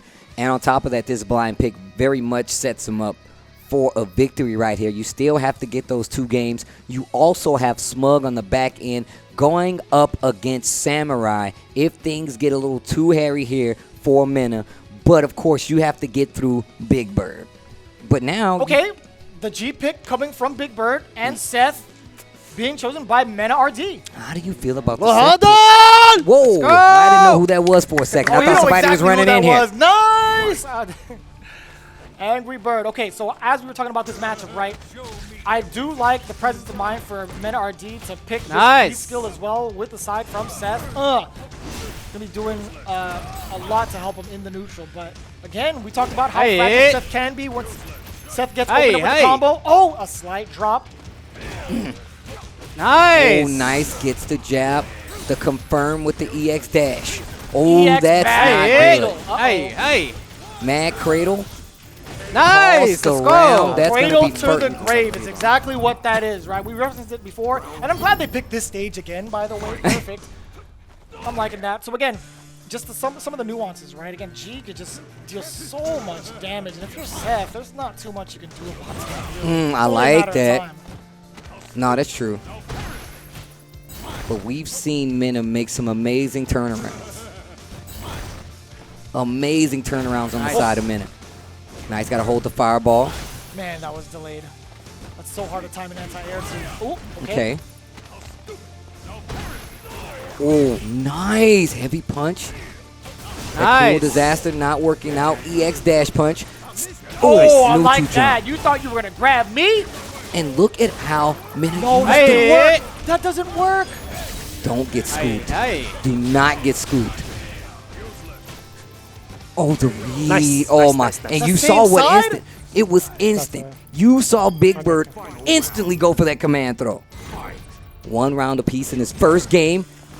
That heavy kick, axe kick. Big delay on it. Definitely throws off the timing. Nice crouching heavy punch. Nice. Jab on the interrupt after the block heavy kick on jump in. Punish. Twin Fang. Spin some bar. Oh, the jump-in option? I like Nice. that. The interrupt on that. Have to be careful overextending. The thing is, you have a lot of tools to Seth, I believe, but it's all about how you use them. Yeah, finding the interrupt, you know that Big Bird is well versed in this matchup. Okay, here comes MENARD, goes for the extension. Side switch Let's 2. go. Drill him down, the damage, but a lot of scaling on that. Forward Throw. Dash up. Nice. Tried to go for the throw. Getting a little too. Oh, no. Oh, my God. Let's go. Well done! Let's go. Wow. That could have been big for MENARD, right, if he landed that EX Mad Cradle. I'm actually very, very surprised that Big Bird didn't go through with an activation. No, I seen it through good. Didn't extend the combo, but still managed to clutch out the victory. Game 1 going to Big Bird and Team NASR. That was so scary, though. Yeah, that was really scary. Nice. I'm not betting DP in that situation, though. I'm going to tell you right now. Hey. I wouldn't even gamble that, Steven. That's saying a am. lot. Fake out right there. Oh, yeah. Yeah, now you can really start playing that game. Nice. If I'm going to do axe kick, if I'm going to do jump heavy, jump light with Seth. That's what MENARD's aiming for to open up that game. Not really showing too much effectiveness versus Big Bird. Oy. Nice. Oh, the counter hit conversion, nice and smooth there from Big Bird. And speaking of smooth, look at the opening. Here comes MENARD off the jump in. Forward heavy punch. What's the play? Forward throw. Activation. Nice. Every time. Absolutely. Every time. Hey. Wheel kick. Still alive. Oh my gosh. I'm spending it all. Oh, he dropped it. Not like Second this. time. Not like this. You have to hold this out on defense. You have to wait. You have to wait. That's entry right there. The V skill, no jump. You got to be careful. I'm not betting an axe kick in this scenario. I said I'm not. I can't speak for my boy Mena. Oh! Nice. Low medium kick, although not cancelable normally. Don't worry, you got this. Man, that's got some range to it. Set point once again gets the axe kick, and these rounds are so close to being closed out by Mena. Let's see if we can get something started. Nice. Oh, he mistimed it. He tried to get a safe jump. I think it was the roundhouse. That's cool. That's good. Dash up throw, closer to the corner. MENARD Nice. with a huge life lead, but we all know what G is capable of. Crush counter combo. We're not going to see the activation yet. Almost half life. There it is. Activation there. Don't get scooped, please. Yes, sir. Nice. Oh, nice reversal on the side of MENARD. Another one. A Oh, lot of great life and a boom. ton of damage. Yes. Punish. See? And right there, You got this. V reversing helped out in that instance because it's gonna first off, it's gonna wind down that V trigger. On top of that, Big Bird not canceling that dash punch low into anything special. Here comes MENARD with the Seth, gets the corner already. Uh-oh. That's Uh-oh. okay. Is that That's fake? okay. He doesn't have a V trigger, so it doesn't matter. Yeah, he called out the safe jump. Oof. Axe kick once again. I like that backing up this time around. Gets the hard knockdown. Oh, Nice. Sweep. You cannot afford to be hit right here if you are MENARD. Oh. Punish. Too far away. Too far away. Real patient. Nice. Man. There's the axe kick. From so high up above, it's so tricky. Axe kick. No. Jump short. We've seen that Oh, meta this should be more evolve. than enough. We've seen the meta evolve Yeah, for Seth right here before our very eyes in Street Fighter League Season 3. So many different instances. That was my first time seeing that side switch That combo. was nasty, That was actually. dirty. He did that high above, right? After the jump medium punch, dash under EX Mad Cradle. Round 1. Important match. Important match right here. Great check after the V skill. Checking with low medium kick. Oh, yes. Getting the first attack here. Empty jump low. Punish. Oh, big punish incoming. Okay. Very solid damage either way. Gets the knockdown and this positioning, this corner positioning that we've seen Mena do so well at. There's the V skill. This game's starting to open up just a little bit. With punish, up and crouch, medium punch from Big Bird, dashing up, forward throw. Forward fierce as well. A lot of heavies coming out from both sides. Heavy axe kick from NRD. Back Dash throw. up, Watch it. Be trigger. Trigger, yep. Look for medium kick, look for dash punch low. Forward, heavy punch, another option. Or maybe just back, medium punch in the air. Anti-air covers so much ground. And speaking of so much ground covered, look at the work this V-Trigger is doing. Oh, Nice! We'll take that. That V skill powered up does have a gap in it. You just have to, you got to thread the needle on that bad boy. And I'm not sure what Seth can do to, you know, get out of it unscathed, but that trade lets you know that there's something else there. The EX in this instance. Oh, Sending him no. down again, a counter hit, but no conversion. Nice. Oh, that's gonna be stunned. Hey. Scaling is involved. He's not dead yet. Hey. Maximum presidency as well. He's in it for the long term. All 8 years, huh? Trying to get reelected. Oof. Oh. Things are getting dark right now for MENARD. Gonna need, oh my gosh. Oh, he just did it wrong. He's not gonna go for the side switch. Very smart. V reversal is there. I Even like that smarter V from reversal Big for Bird. MENARD. I actually like that. Yeah, you don't want to even try to contest after that. It's so high up there. Oh, my big counter hit. Kicks, side switch, EX, on the way down. Damage. My Big damage. Nice! Big Bird. -4. Yep. -4. I can't believe he was within range to stuff. I can't either. I can't either. Big Bird getting the W. That means there's going to be 2 players left no matter what happens in this match between SMUG and Samurai. That's 2 games straight, if I'm not mistaken, right? It's 2 games straight.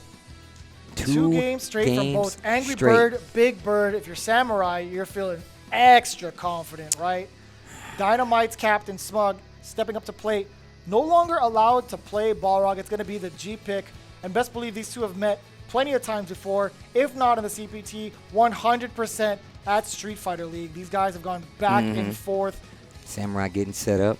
Was already in the playoff position, right? Already in position to make it to playoffs. And I think right here is definitely where Samurai can show his worth even more so. He's giving you the experience. He's giving you the full league OCVs, playoff contention right now. This is a different Samurai. Let's go, Mikey! You can see SMUG locking in right now. You see the little small smirk. And here we go. The playoff lives of Dynamite are on the back of SMUG, and they need this victory. Dynamite SMUG going up against NASR Samurai. This is East Coast versus West Coast. Let's get into it.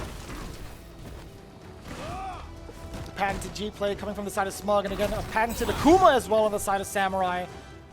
This is going to be very, very close here. Stand, heavy punch, firing away as SMUG, already getting the estate, very important, and a slight life lead. Sweep, finds the target, command grab, the first one, and then get him with another one. Oh my gosh, Vicious. That ball head is giving you psychic abilities. Call out. Oh my gosh, this is big damage. But that trigger's still there. And you're going to hold this meeting. That's the Smug, man. The Smug we all know and love. You pay attention to his streams. That's a classic opener. Ugh. Here we go. Samurai trying to return the favor here in the second round. Deepest of uppercuts, catching the splash. I like the defensive side here by Smug with the interrupt on the red fireball, nonetheless dash up. And I like the patience right there. That was so good. On the side of Smug, gets the jab into the EX. Oh, the back dash. That was sick. He's ready for it. Side switch income. You already know what it is. Here comes Akuma with the pressure. You cannot get hit right now. The reversal. Oh, he tried to grab it. Grab. Wheel kick. Projectile invincibility. Watch out for that EX fireball. That could be more than enough, right? We've seen Samurai do it before. Nice. He doesn't need it. He's saving the meter nice and easy. Exactly how ANGRYBIRD predicted, right? Do not dash up. Do not dash up at Samurai. He's 100% ready. That team play aspect coming in. ANGRYBIRD said, I played his G in casuals. He likes the dash. Calls it out. Oh, the anti-air. Just what an answer. Nice. Oh, whiff punish. Samurai. More pressure from the medium punches. Forward. Heavy punch finds the mark. Heavy Tatsu. More pressure. Another throw. One more for stun. No conversion. Oh, and he gets him with a top hat. Watch out for the feature. Big damage right here. Dead damage right here. No. Yeah, didn't build enough for the meter, unfortunately. Here comes Smug with the Wheel PhD. kick. Yep. Goes through. The reversal. Nice! That was the Samurai special. The intimidation factor. When Samurai is walking at you, you're frozen in place. Your body tells you to move, but you can't shake him off. You're shook. You see the Samurai and you shook. Shook ones, man. We have a potential clean sweep coming from the side of Team NASR, striking first with that W on the side of Samurai. Smug has a lot of games to make up if he wants to survive. Round one. He's going up against Samurai, playoff Samurai, rocking that NASR jersey. Nice, another option for the jump-ins coming from Akuma. Oh, I like the idea. Cutting it short on the Demon Flip right to try to catch the anti-air 2 times in a row. Smug was ready with at least a crouch-like punch. Dash up this time. No check by Samurai. I like the fireball pressure. Nice. I feel like Smug should focus more on that ground fireball, make him jump, and then go for the punish, and I feel like that's the game plan you want. Okay. What a whiff punish there. I'm taking the power up. Power of the earth. Oof. Uh-oh. Catches him standing there. Oh, nice. Air fireball finds the mark. He thought Smug was actually trying to jump out of there. Demon flip throw. Oh, the threat of the demon. You're still getting critical art regardless. Pretty huge damage incoming. And set point for NASR. They're trying to go to that loser's finals here in playoff and close out. Samurai, can you do it? And Smug, I just feel like needs to work on this fireball game a lot more. Make him respect the neutral. You have the ability to do so. He's backing up a little bit. Get some power of the earth and start chucking some fireballs. Just at the tip of the sandals, too. Getting the confirm off the low medium kick. All the momentum on the side of Samurai. What is Smug going to do? Gets a splash. Making waves here. V-skill and then the power up. What's going to be? Oh, no. He got the hit. Forward throw. Smug needs to do something. Check, goes for the dash punch, and this is not good. Another hit, another throw, goes for the jump, text the throw, button again, dash punch, V-reversal. Nice! An easy counter hit, jab checking Smug going forward, and Team NASR eliminates Team DYNAMITE with a 3-0 sweep. Congratulations. Moving on in the playoffs, NASR taking out with a team wipe, like you said before. 6 games straight, Steve. 6 games straight against Team DYNAMITE. Team NASR is looking like the prime candidates going into this, but again, they still have to face off against Team All In. Yep, that's now this is a battle once again that you have to be prepared for. We've seen All In throughout this entire season make miraculous comebacks. And again, that sets us up for our final match here for the loser side. Here in the playoffs, it's going to be Team NASR versus Team All In. Who will be the second team to face off against Team Daigo, Team Tokido, Team Nemo? They're in the finals of the World Championships of Street Fighter League. Find out after this break. When we return, we'll see the fated duel and determine who will be that second team. Ladies and gentlemen, Street Fighter fans all over the world, we got ourselves the showdown to determine who will face off against Team Japan here at Street Fighter League Season 3. We got ourselves Team NASR climbing their way up from the loser side, going up against Team All In. After that, pushing it in. You see the hands? We're going all in. After all that bets right here. Big play against Team Alpha 3. Again, a very, very tough loss, but looking to find the wind beneath their wings so long as there's no birds in the skies. However, the case of the matter is it's All In versus NASR. NASR with Big Bird, Angry Bird, and Samurai against All In's SKZ, IDOM, and 801 Strider. This is going to be big. Who gets the chance to play up against one of those teams still remaining for Street Fighter League? It's going to be crazy. Street Fighter League Japan, I should say. Let's talk a little bit about the bans. Of course, All In aiming at Samurai, saying Akuma will not be playable. We have NASR going for the poison ban. I'm actually very surprised that in rebuttal, NASR puts Samurai first without even knowing the ban pick. It's like they already know how Team All In wants to play, right? So again, All In going with the Akuma pick, I think that's very, very smart still. Their team order with SKZ, 801 Strider, and IDOM. I think it's going to be all right for them. IDOM being the anchor, we know the powers that IDOM possesses, right? Being one of the best Street Fighter V players of all time. SKZ right now, again, a little bit of nerves as we saw these last couple of weeks in terms of his performance. They're throwing him up first to make sure he shakes them off to get ready for this match. And 801 Strider, after a crushing defeat against Punk, still did numbers on the rest of the team there against Alpha 3. So I'm feeling pretty good about this order. So NASR's going to go with Samurai up first. You see him sitting on the stage. Angry Bird after, and then Big Bird to close out. I like Angry Bird being in the middle. I don't think there's any choice where Angry Bird is a bad spot on the team. Of course, Big Bird to close out. I mean, obviously, this is going to be quite the battle, but there's no Rashid ban, which means we're going to get to see potentially more best Rashid play in the world. We got quite a few Rashid players here, and this is going to be an opportunity to show or not show them off. I think the poison move was a great move. Fight the lore. I feel like the up-close vital game is something that both these teams do very well, and honestly, I just want to see how Angry Bird and Big Bird and Samurai deal with it so far. Well, we've set it all up for you. All you got to do now is sit back, relax, and enjoy this Street Fighter V. It's going to be SKZ from Team All In going up against Samurai of Team NASR. As you can hear Angry Bird say, he says, let's go. Man, my dude Angry Bird coming out of the gate with the yells. Round one. Fight. Oh, uppercut after? How about at the beginning? Great anti-air. Oh, wow, I thought that jumper was going to find his mark.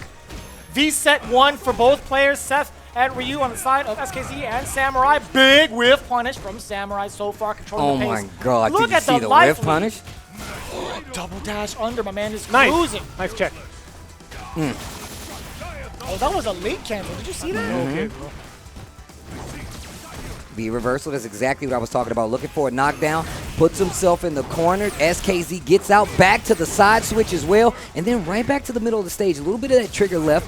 V-reversal's blocked this time. Oh, another V-reversal, though, finds the mark. Here comes Samurai. He's going to be chilling. No fireballs. Nice. Oh, but he ran into Fireball, you can actually use that cruel disaster and use let's the go! V-trigger Let's to get go! on the other side, but nothing doing. Look at Samurai play out of his mind right now. That's one of the things I was looking at, right? If you're going to run trigger, I feel like you have to run trigger one in this scenario because that way the fireballs coming from Ryu completely get negated in some instances, especially if you can call it out. Decent damage and push to the corner here for SKZ. The backdash read there from Samurai has been ridiculous, avoiding the throw completely, going back to this space, right? Full quick alert on deck, EX Fireball, get off me, that's one bar. Uppercut, no, the parry instead. I like it. Axe kick. Too far for the punish. Still too far for the punish. Oh, we got caught flinching a little bit, installed. Got himself a nice fireball to go with it. There it is. Wow. Nice view reversal. It just looks so dope watching Nice. Seth throw a fireball. Oh, wall bounce, big damage, and the carry. Now, you know one thing about Samurai? I feel like he uses Shotogere, that donkey kick from Ryu, very properly in so many situations. Gives you great carry, uses the EX for the wall bounce. Woo! Let's go! As well, that is the raw read of emotion coming from Samurai. Completely on the mark against SKZ, and the birds are feeling it. Round 1. Fight. All right, into the next game here. Samurai again striking first blood with 2 rounds, right? Mm-hmm. I feel like if I'm SKZ, I'm slowing this down. You're not gonna throw fireballs. You don't, and you do still have parry. The thing is about it is that you still have a parry, right? So you do have to second guess some of these instances. Nice. EX uppercut busts out there from Samurai. He's not going to overextend though. He's just throwing the fireballs to check and see what SKZ is going to do. Activate.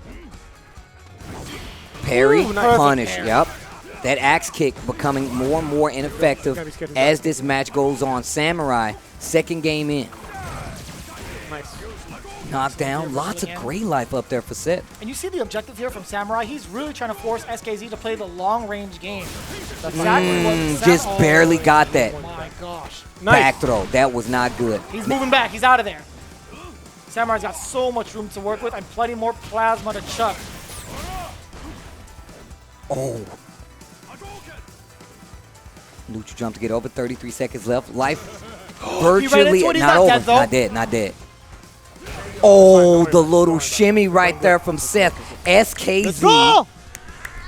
That did not stop Angry Bird from yelling at all. Look, you see him in the game. They already put him in the game. You see him right there. That's actually Angry Bird. Every time, let's go! Look. That's Angry, that's Big Bird. Mikey! All right, low forward fireball, trying to find his way out. Wow. How did that clip? Oh, that is going to hurt. Big counter hit conversion. Taking the damage.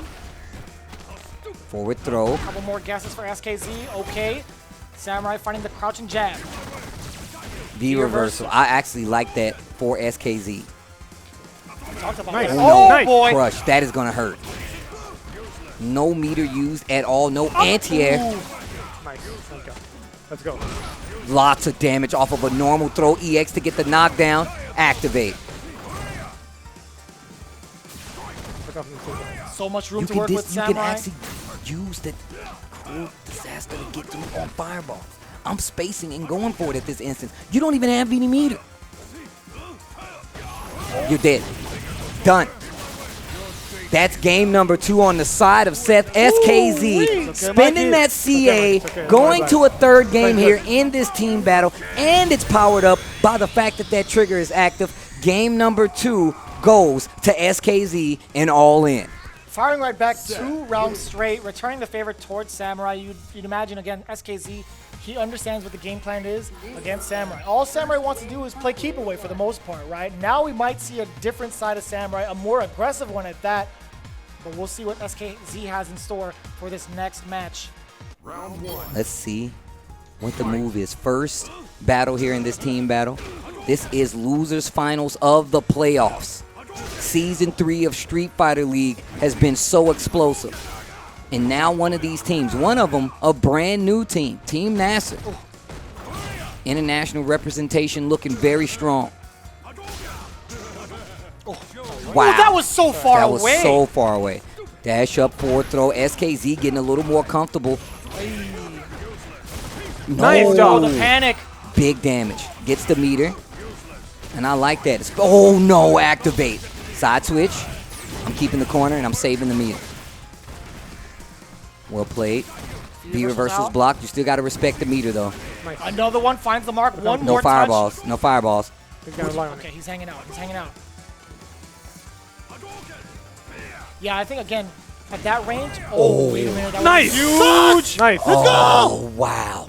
Set point right here for Samurai in this first match of the team battle. NASR versus All In. Ooh, I like that. Standing medium kick to test the waters a little bit. Big jump. All right. Not too much damage, though. Yeah, that could have been a lot worse. If that was a heavy kick from Ryu, that would have been trouble. installing, gets access to one fireball. Great punish.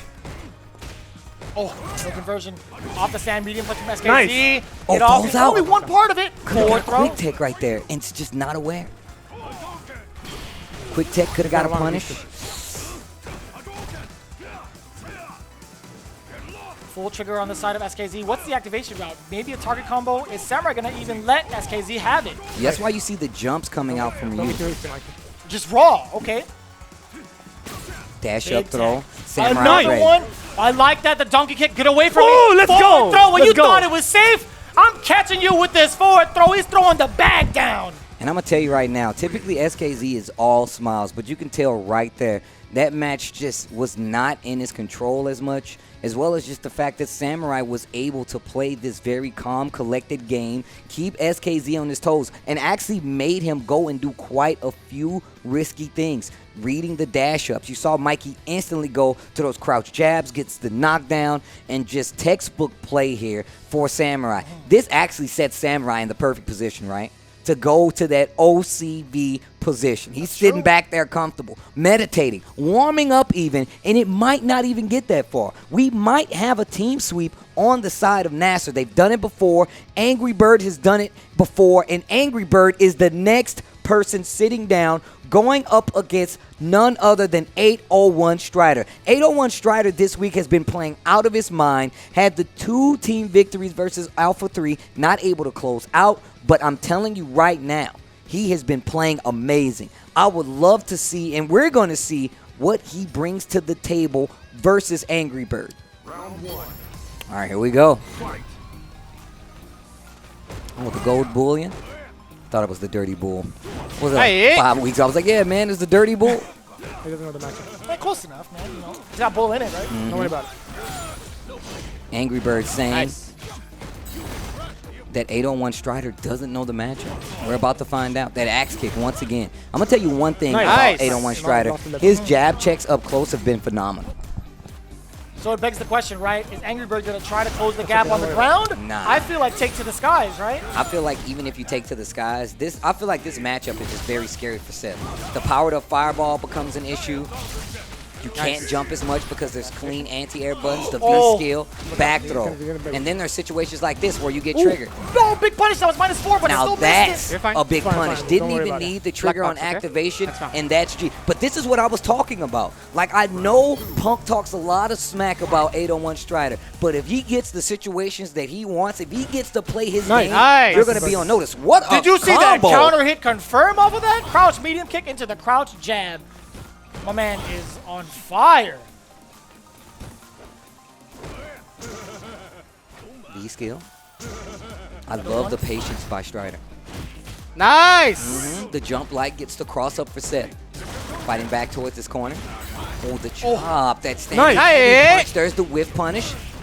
ANGRYBIRD. Nice. Forward throw. This match can't Nice. begin now. You got the counter hit this time. Wow. Big V-skill, even bigger trigger activation coming from the side of 801 Strider. Yep. Oh, the trade. He still got hit after the fireball. He thought it was over. Oh Grab my him. gosh, Grab big him. damage. You can get stunned if played correctly. Yep, you're stunned. That's game. That's the game. First game. Light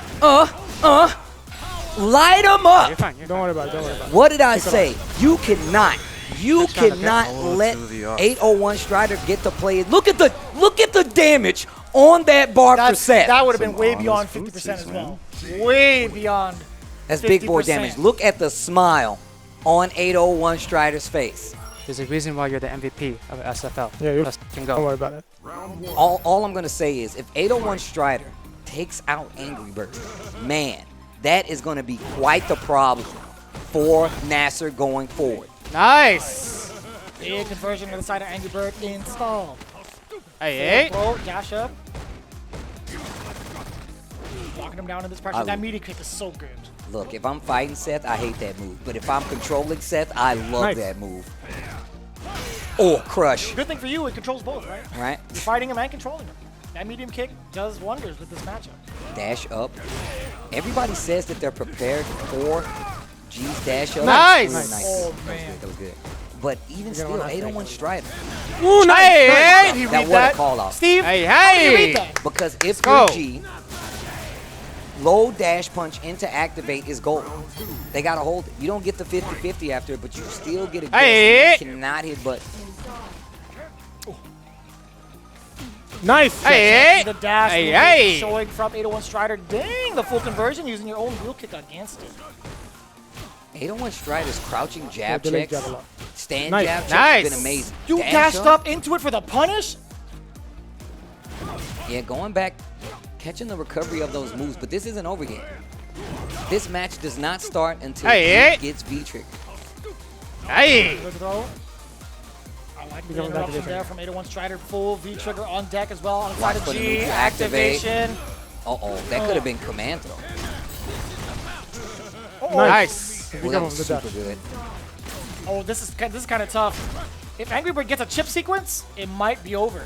Nice. Oh, Ow. he's definitely in range for a chip Yeah, sequence. it's over. Oh, he jumped cleared out it. of the way. He cleared it. No more trigger, though. One more sequence.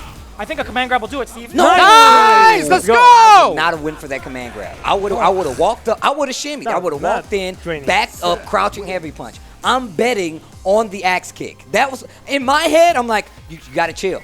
You get the knockdown, you gotta chill. Those sets, man, you gotta be careful. Angry Bird thinking the exact same thing from both of us here on the desk. Taking game number 2. What is that? 2 rounds straight as well. Nice. It's okay. Back throw. Forward heavy punch. Perfect spacing after that back. Nice. Punish. Thought that was a light one. Hey. Get the installation. No reboot necessary. Nice. Option selecting in case they escape Hey. the throw. Back to the corner you go. What's you gonna do? Match hasn't Fine, started fine, don't worry yet. about Oh, what'd you say? Round 1 start? Let's go. Active. Party Oh my time. gosh. Watch reset. You cannot. Nice. That was Wow. cheap. That was cheap, and my man was ready for it. Let's go. So cheap, and he Let's was ready. go. That was so cheap, and he was ready. more round, One baby. Let's thing go. that I would like to see 801 Strider do, kind of hesitate before going for those command throws, right? If he just waited just a little bit longer, condition him just a Hey. bit more, those command throws can be a lot more effective. Angry Bird in control now. Set point. Man, we've seen the adaptations back and forth from these players, but I gotta hand it to Angry Bird. Again, he went for the skies initially. Now he's completely controlling the ground game. And as I say that, 801 Strider misses an opportunity for the meeting and gets thrown instead. Hey. Good amount of damage, forward throw. Things not going so Nice. well. Hey. 801 Strider, this should be stunned. EX Bad Cradle. It's gonna be more than enough. He does have the Hey, bar to hey, do it. hey, Nice. hey, let's Angry Bird go. Over 801 Strider. IDOM sitting in the anchor seat has a lot to catch up. This is quite the predicament for All In to be in, right? Punk said himself that he didn't want Alpha 3 to run into Team NASR in the playoffs, right? And it's for reasons like this. It's this exact reason. IDOM is a very strong competitor, a Capcom Cup champion. But on the other side, you do have Big Bird. You do have Angry Bird. All very good players. Samurai even. These players are people who want to win. Samurai has been here 2 seasons now. You don't think he wants to get a ring? 3 seasons, excuse me. You don't think he wants a ring? You don't think he wants that opportunity to get a ring? And well poised to do so with All In. If Big Bird can take this set, he successfully secures that world chance of getting at Japan, at getting that ring. And we're getting the C, The Ken pick? Oh my gosh. At Street Fighter League, you get to see a Ken. Let me see it. And I'm going to tell you Let me right see now, it. Logan Big Bird's Sama, Ken stand up. is ridiculous. Let me see you, Big Bird. This is so important. The Capcom Cup champion has his team's chance at the World Championship for Street Fighter League on his back. Ooh, this is gonna be a sick match. I'm already feeling it, Steve. Already checking the dashes with the crouch strong. Here comes IDOM though. Oh, just taking the elbow. Knockdown. Decent stun, sunset flip. Dash up, another EX, wheel. you're stunned. Not No. yet. Oh, punish. That's punishable. Whoa. Dang! Ooh, just knew what a read. Full charge, you're dead. Elbows. Up and down.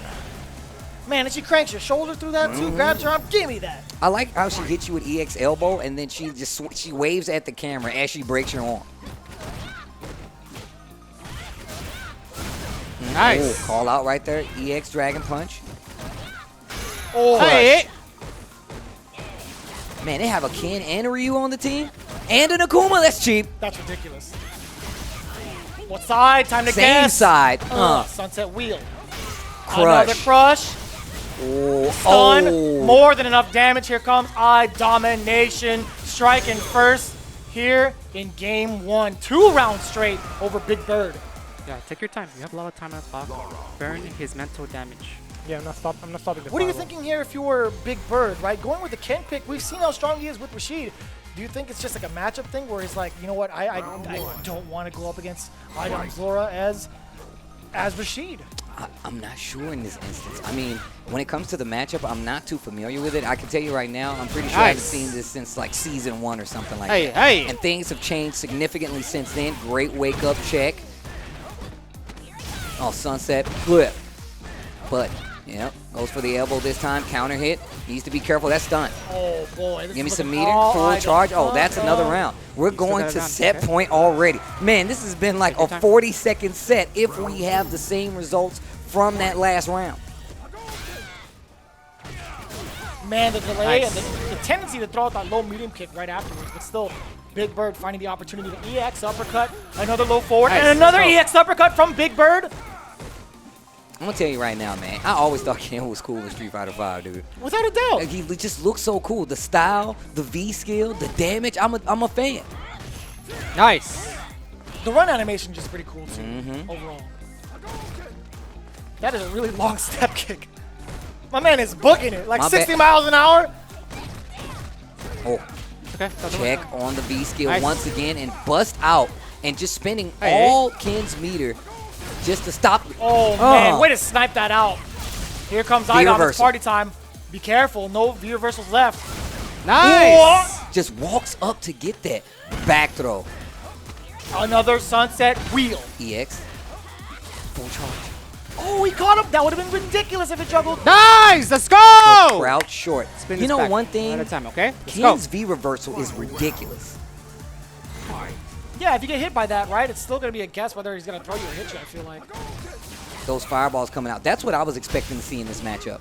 More fireballs coming from Ken. Oh my gosh. Uh-oh. Punish. Okay, decent punish nonetheless. Backdash this time. We've seen the EX reversal dragon punches coming from Big Bird. Oh, that that's could have been another game. one. Oh, no, not no yet. stun. Nice. Activate. Your turn. Overhead. You better check yourself. Oh, I would have spent it. Why didn't you spin that? EX. Nice. Oh, wow. Let's go. My man. IDOM. iDomination eliminates Big Bird from the queue. He's going to go and sit down on the sidelines. And now, Samurai coming back up. Uh-oh. Samurai. Going up against who? Fighting tooth and nail to see if they can get to the finals here.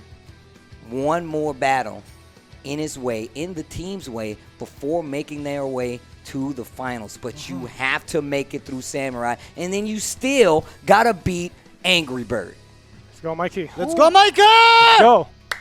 Big time motivational speaker, ANGRYBIRD, blessing us with his presence here at Street Fighter League, or actually this season's Street Fighter League. This man's been super vocal and inspirational. In fact, we've caught on to the catchphrase, nice, on multiple occasions. This man is he's an inspiration.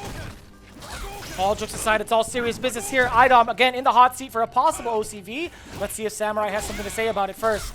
I like the fireball game. Air Tatsu just to get a little more space on that jump out. Life pretty even. Of course, Laura has that slower projectile, right? She can charge it up. Those fireballs from you really going to be something special. Oh, don't worry about it, don't worry about it. Okay, I like this from IDOM, right? Changing it up, sunset wheel. Not too antsy with the buttons just yet until he gets this knocked out. Another sunset wheel for the stun. Enjoy the rest of the sunset while you can. Once again, IDOM looking strong. First game, first round. EX, dash up. I love the patience we're seeing so far. Oh, what the a whiff punish. That was quick. You didn't even get to see the rest of the sweep. Anti-air. Sunset wheel. Do it again.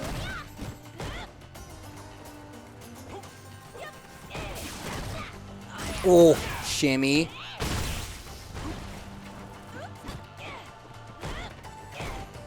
So nerve-wracking for Samurai, but he's sitting there being patient. But what are you going to do about this command grab? V-reversal, not finding the mark. Whiff punish, but Laura was caught crouching, and so were you on the other side, though. Here comes IDOM with a full-on game against Samurai.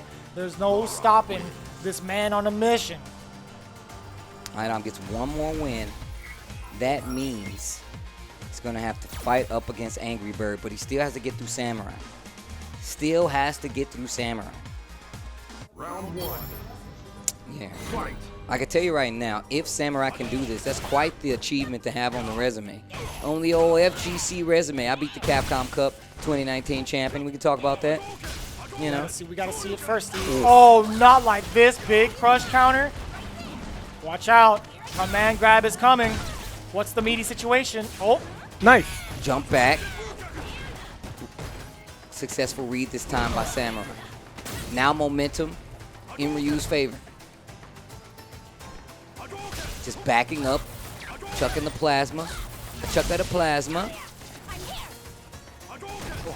Using that V skill movement, that trigger movement now. See, that's what I meant about those fireballs. And EX is not going to be in your face. What? I like that. Covering himself with that V skill.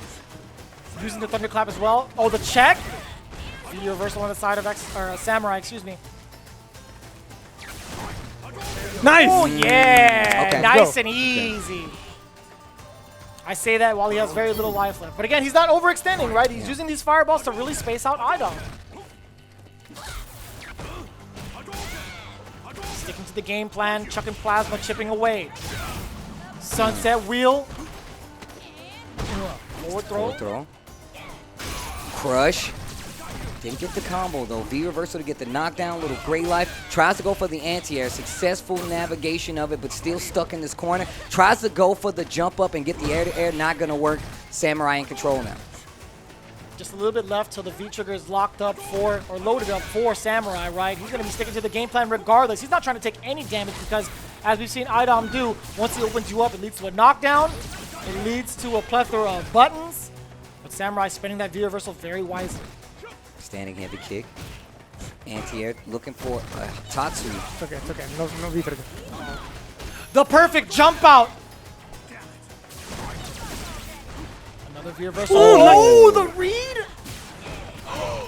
Nice! Let's go! Let's go, Mikey. You're playing good. You're playing good. Samurai on the verge. This is going to the last match between these two.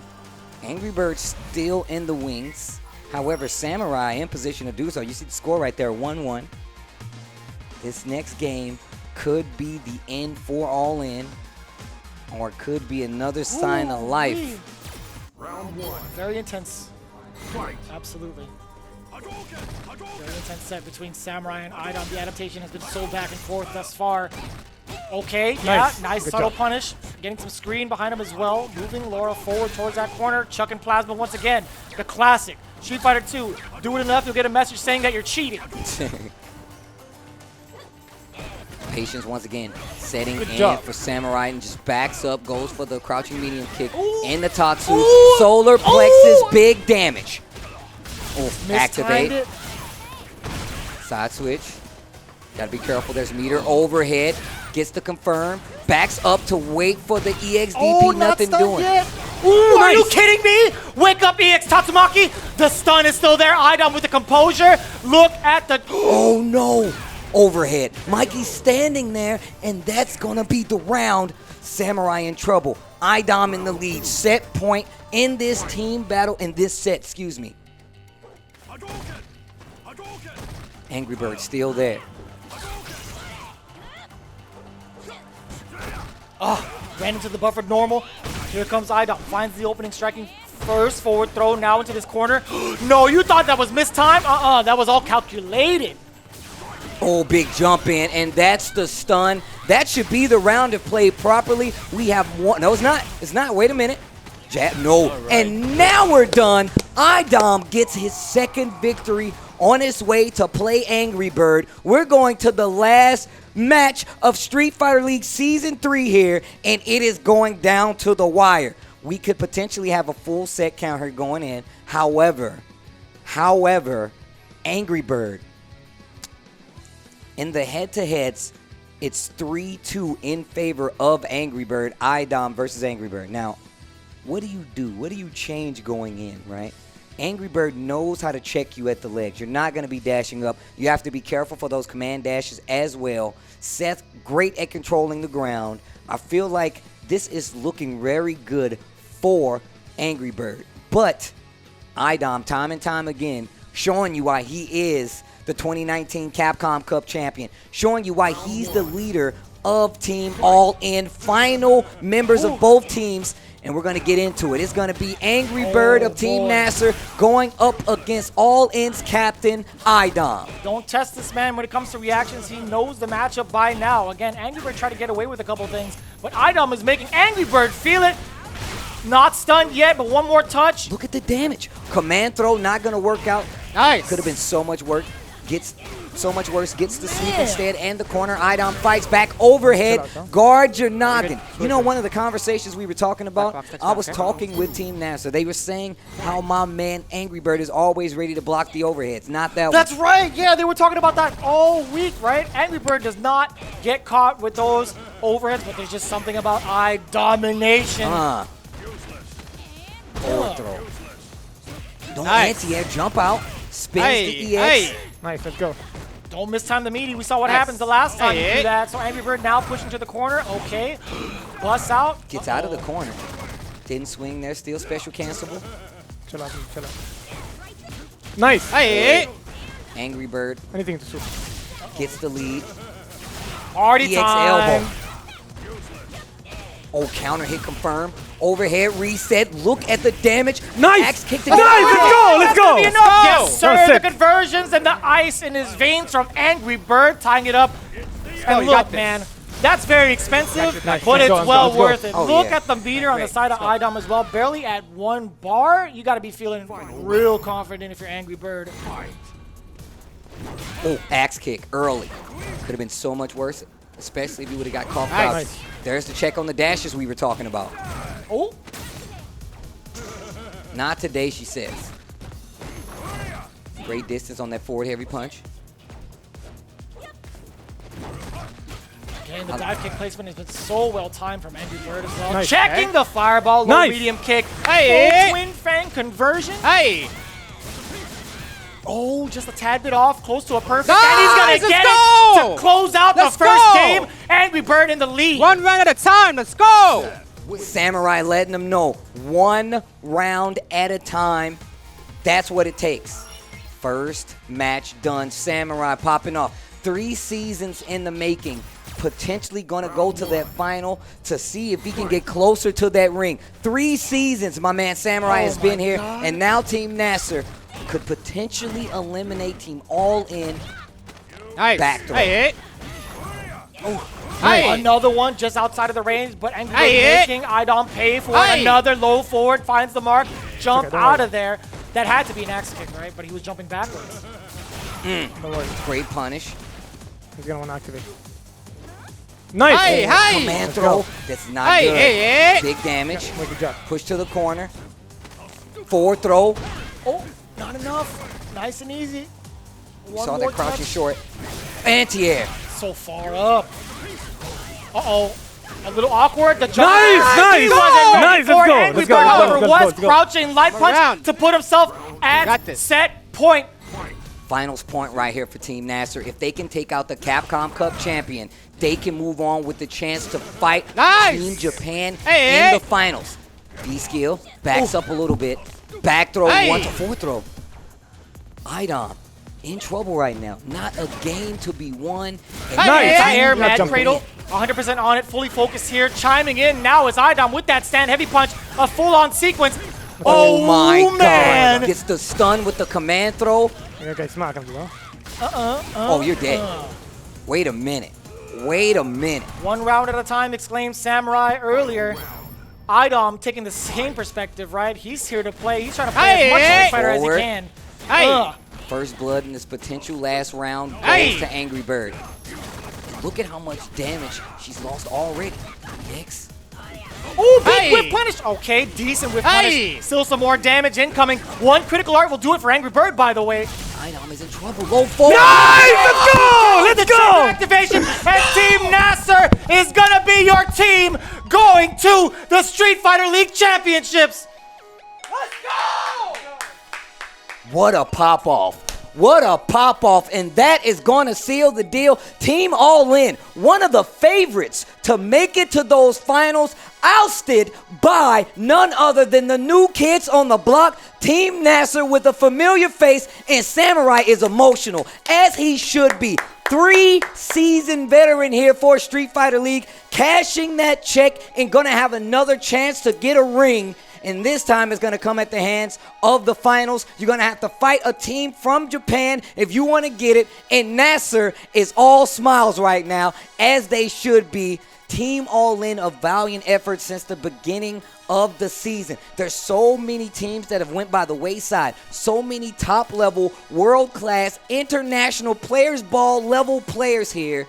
Top 8 CPT Capcom Cup placing players not going to make it to this final. That's how you know Street Fighter League is a different beast. You're going to need more than just that one-man attitude to get a victory here. Team NASR holding it down. Samurai getting that first show at the finals, as well as NASR at their first team outing here at Street Fighter League, going to the finals. You can't say it enough. What a victory. What a season. What a path NASR has carved through this Season 3 of Street Fighter League to arrive here. I really hope you guys have been watching Street Fighter League this entire time and didn't waste this opportunity of watching some of the best Street Fighter I have ever seen. And we're not even done. The finals is the next destination. We have 2 teams from Japan, 2 teams from SFL here, and it's only going to be one victor. I would love to hear the emotion coming from NASR. We're going to talk to ANGRYBIRD on the stage with Rob TV. Goddamn. ANGRYBIRD, that was amazing. I just gave you your Seiko MVP watch, and then you just had to go and show and prove once and for all, just in case there were any non-believers out there, that you are the MVP of this season. How are you feeling, bro? I can't believe, man. I can't believe I clutched it out, because the same scenario happened first season. IDOM run through all of us. Yeah. So the same scenario was repeating again. So I was scared it could happen again. But when I won the first game, I said, no, I'm not letting you winning the second game. So how confident were you when you had to go up against IDOM? What was actually, before you even answer that, you're back there, Samurai's playing his Ryu up against IDOM. You guys' lives are on the line, your Capcom Cup lives, and Samurai actually played God like the Wake Up EX Tatsu against the Clap. That was OD. But IDOM ended up clutching it out, and it was all down to you. What was going through your mind when you were seeing that and when you were walking up for that match? I mean, it's the last match of the day of the whole season. Yeah. So to me, this was Grand Final Evo or something. Yeah, to me, this was Grand Finals, big event. Yeah. So I did my best, and I'm happy I wasn't nervous. And I just want to say sorry for IDOM for the bob off. I didn't mean it. It was I was so happy, and it's because I was happy. ANGRYBIRD, you deserve to pop off, taking your coat off, throwing it around and all that. All of that, it was extremely hype. And as far as you guys now making it to Capcom Cup, I want to congratulate you for that. And I want to know, just really quick, how are you feeling going into Capcom Cup? And do you think you guys have a good chance up against whoever wins in Street Fighter League Japan? I mean, our team is so good. You are. Our team is amazing. Our communication is so good. Our practice, decisions, and everything's fine. But what is best for us is the decision we make before the game, the orders and stuff and the bans. We are 100% correct with everything until now, with every ban and every stuff. So I think against Japan, we're gonna do the same thing. We're gonna get the right order, the right ban, and everything. And until then, we will improve a lot in ourselves and our gameplay. So we all looking forward to that. All right, and I'm looking forward to it as well. I'm sure everyone at home is too. And the last thing I want to ask, Team NASR, one of the only 2 teams who were bought into Street Fighter League in Season 3. What does it mean to you to be able to take Team NASR all the way to Capcom Cup? I mean, it's not only me; it's my team as well. So I can't take that like. Well, for your whole team, not just you, of course. Like my whole team, like it would mean a lot to us, like to like carry the team into that like next half, because you know our manager didn't put any pressure on us and stuff, and he bought the spot, so we have to make him proud of us. So I think we did. I'm sure that he's proud of you. I mean, everyone at home, everyone back at home in the Middle East as well. Angry Bird, your Seiko MVP. Congratulations, bro. Welcome back to Street Fighter League Season 3. Comes to a close, at least for this part. Tasty Steve. Here with Vicious. And we're going to get into what we've experienced this entire season. I mean, we've been around for 3 seasons as commentators. We saw what happened at that final last year at Capcom Cup versus the face-off against Japan. We've evolved it a little bit. This year we had an international players ball. Shout-outs to Outcast. And just to set the stage, right? This time we had players from all over the world. Teams added, NASR as well as UIU. UIU getting a namesake team added here. JB returns, Kami returns, Oil King returns. We had to have a substitution for NL, obviously because of some of the travel restrictions. Let's look at Team NASR. One of your finals teams from Street Fighter League Season 3.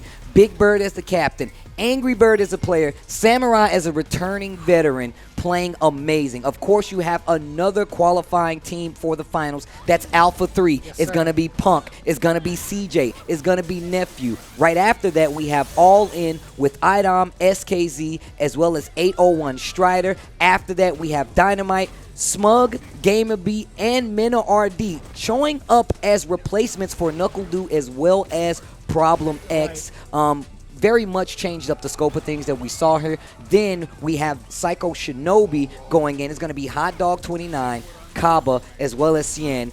This season has been unpredictable, not just because of the gameplay, but because of the circumstances in 2020, right? Yeah. Again, we were going through this with the preseason thinking, you know what, we're going to have ourselves a nice, normal season, but it actually went above and beyond our expectations in more ways than we could ever ask for, right? So again, this journey has been one that's been truly a blessing. I'm going to be honest here. No, it is. It is. It's something that I'm not going to get too emotional for, to be honest with you, but at the same time, it's like I'm glad it happened. We really get to see these players highlighted not only as individual talents, but to represent themselves and their own communities.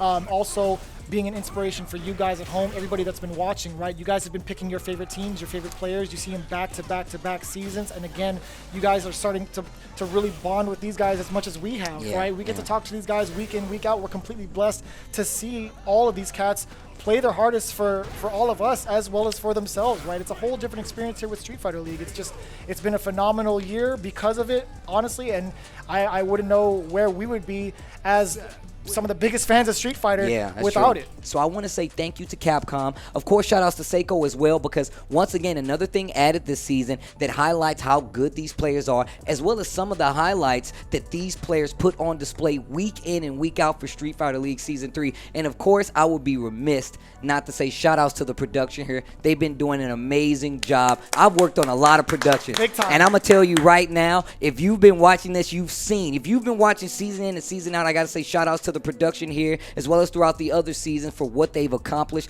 I'm honored. I'm blessed to be a part of it. And honestly, you already know Vicious is like a brother to me when it comes to commentary as well as real life. And seeing these players who I know personally come up and do these things is quite amazing. And of course, my producer just got in there and it said, during a pandemic on top of that. Imagine the talents that they had, the crew, and planning all of this along with Capcom to bring you all of this, all the while keeping the safety maintained and still being able to deliver such amazing Street Fighter 5 for everybody when, you know, all else kind of felt like it was out of our grasp. Like these guys came through in the clutch and brought us what we have today. So again, big shout out to everybody involved. Big shout outs to you, TCC, for holding it down as always, and for you guys for always tuning in and being dedicated to the craft. and still continuing to play fighting games in Street Fighter 5. I'm just happy that we have people watching this and eyes on this amazing product. I ain't got nothing else to say, Vicious. That's going to do it for all of us here at Street Fighter League Season 3. We do have Rob TV standing by, but after the break, again, we appreciate each and every one of you, but you guys do not want to miss these final words from our two teams representing us for the World Championships of Street Fighter League coming up after this break. Welcome back to Street Fighter League Season 3. This is the post-game show, and as you can see, I am here with our two qualified teams. I'm going to just say champions because that's what both of you guys are. Team Alpha 3 and Team NASR. How are you guys feeling right now? We can start with Alpha 3. Yo, we feel great. We feel unreal right now. I think we're all really happy, you know? Yeah. I think we deserved it. I think NASR got it this time. Damn, Yeah. the disrespect. Okay, okay, you putting respect on it finally. All right. I think we all feel really good. I think we're all deserving of what we got. Yeah, I see you got your legs out and everything. Them bitches mad hairy. Look very confident, very comfortable. How you guys feeling over here? The GOAT. Can I hear from the GOAT first? Big Mikey. Well, we're really excited. We made it to the finals, and we did it from a really rocky start, but we came through and got the job done. But I mean, we still have more work to do. So. Yalla. Mikey, this is actually you said it yourself. How many times have you made it to the Street Fighter League finals now? 3 times. That's pretty OD. That's pretty impressive. I feel like I hyped you up by calling you the GOAT and all that. And you know something special I want to point out about this team, because I know it's been all fun so far, but I want to get a little serious just for a second, then we'll get back to the jokes. I noticed that you guys' chemistry is so good that your hair progressively gets thicker. I think that's really cool. Even after it's all said and done, you guys are still, you know what I mean, coordinating and everything. This is why you guys so good at picking the order, even in your matches. Team Alpha 3, Neff, I want to talk a bit about your journey here. You started out just like the sweet, kind guy. I am. And then I'm still the sweet kind guy. Alan, come on, bro. I'm It's already very out there sweet. now. You've been caught red-handed, bro. What? You went up against Team UYU, and you made your heel turn. I think they were like 0-7. And you just decided, and shout out to Team UYU, amazing organization. Nephew don't care about y'all, though. In the end of the day, Nephew came out there, and you might as well have teabagged. I think what you did was worse. Would you agree that's kind of worse than teabagging what he did? Yeah, I think so, because he'll say that I made him do it, but all I said was, if you perfect him, I'll buy you dinner. Any you crush get counter? this perfect dinner on me. Oh, boy. He did that in mad ways, Yeah, though. I didn't tell him to go ahead and EX low parry and throw. I didn't say that. They're thinking they're finally gonna get their first win, and against Alpha 3 no less. And Nephew just disrespects him while he's cooking him real bad and does EX low parry and neutral. I just feel like it was the smartest thing to do in that situation. Oh my goodness.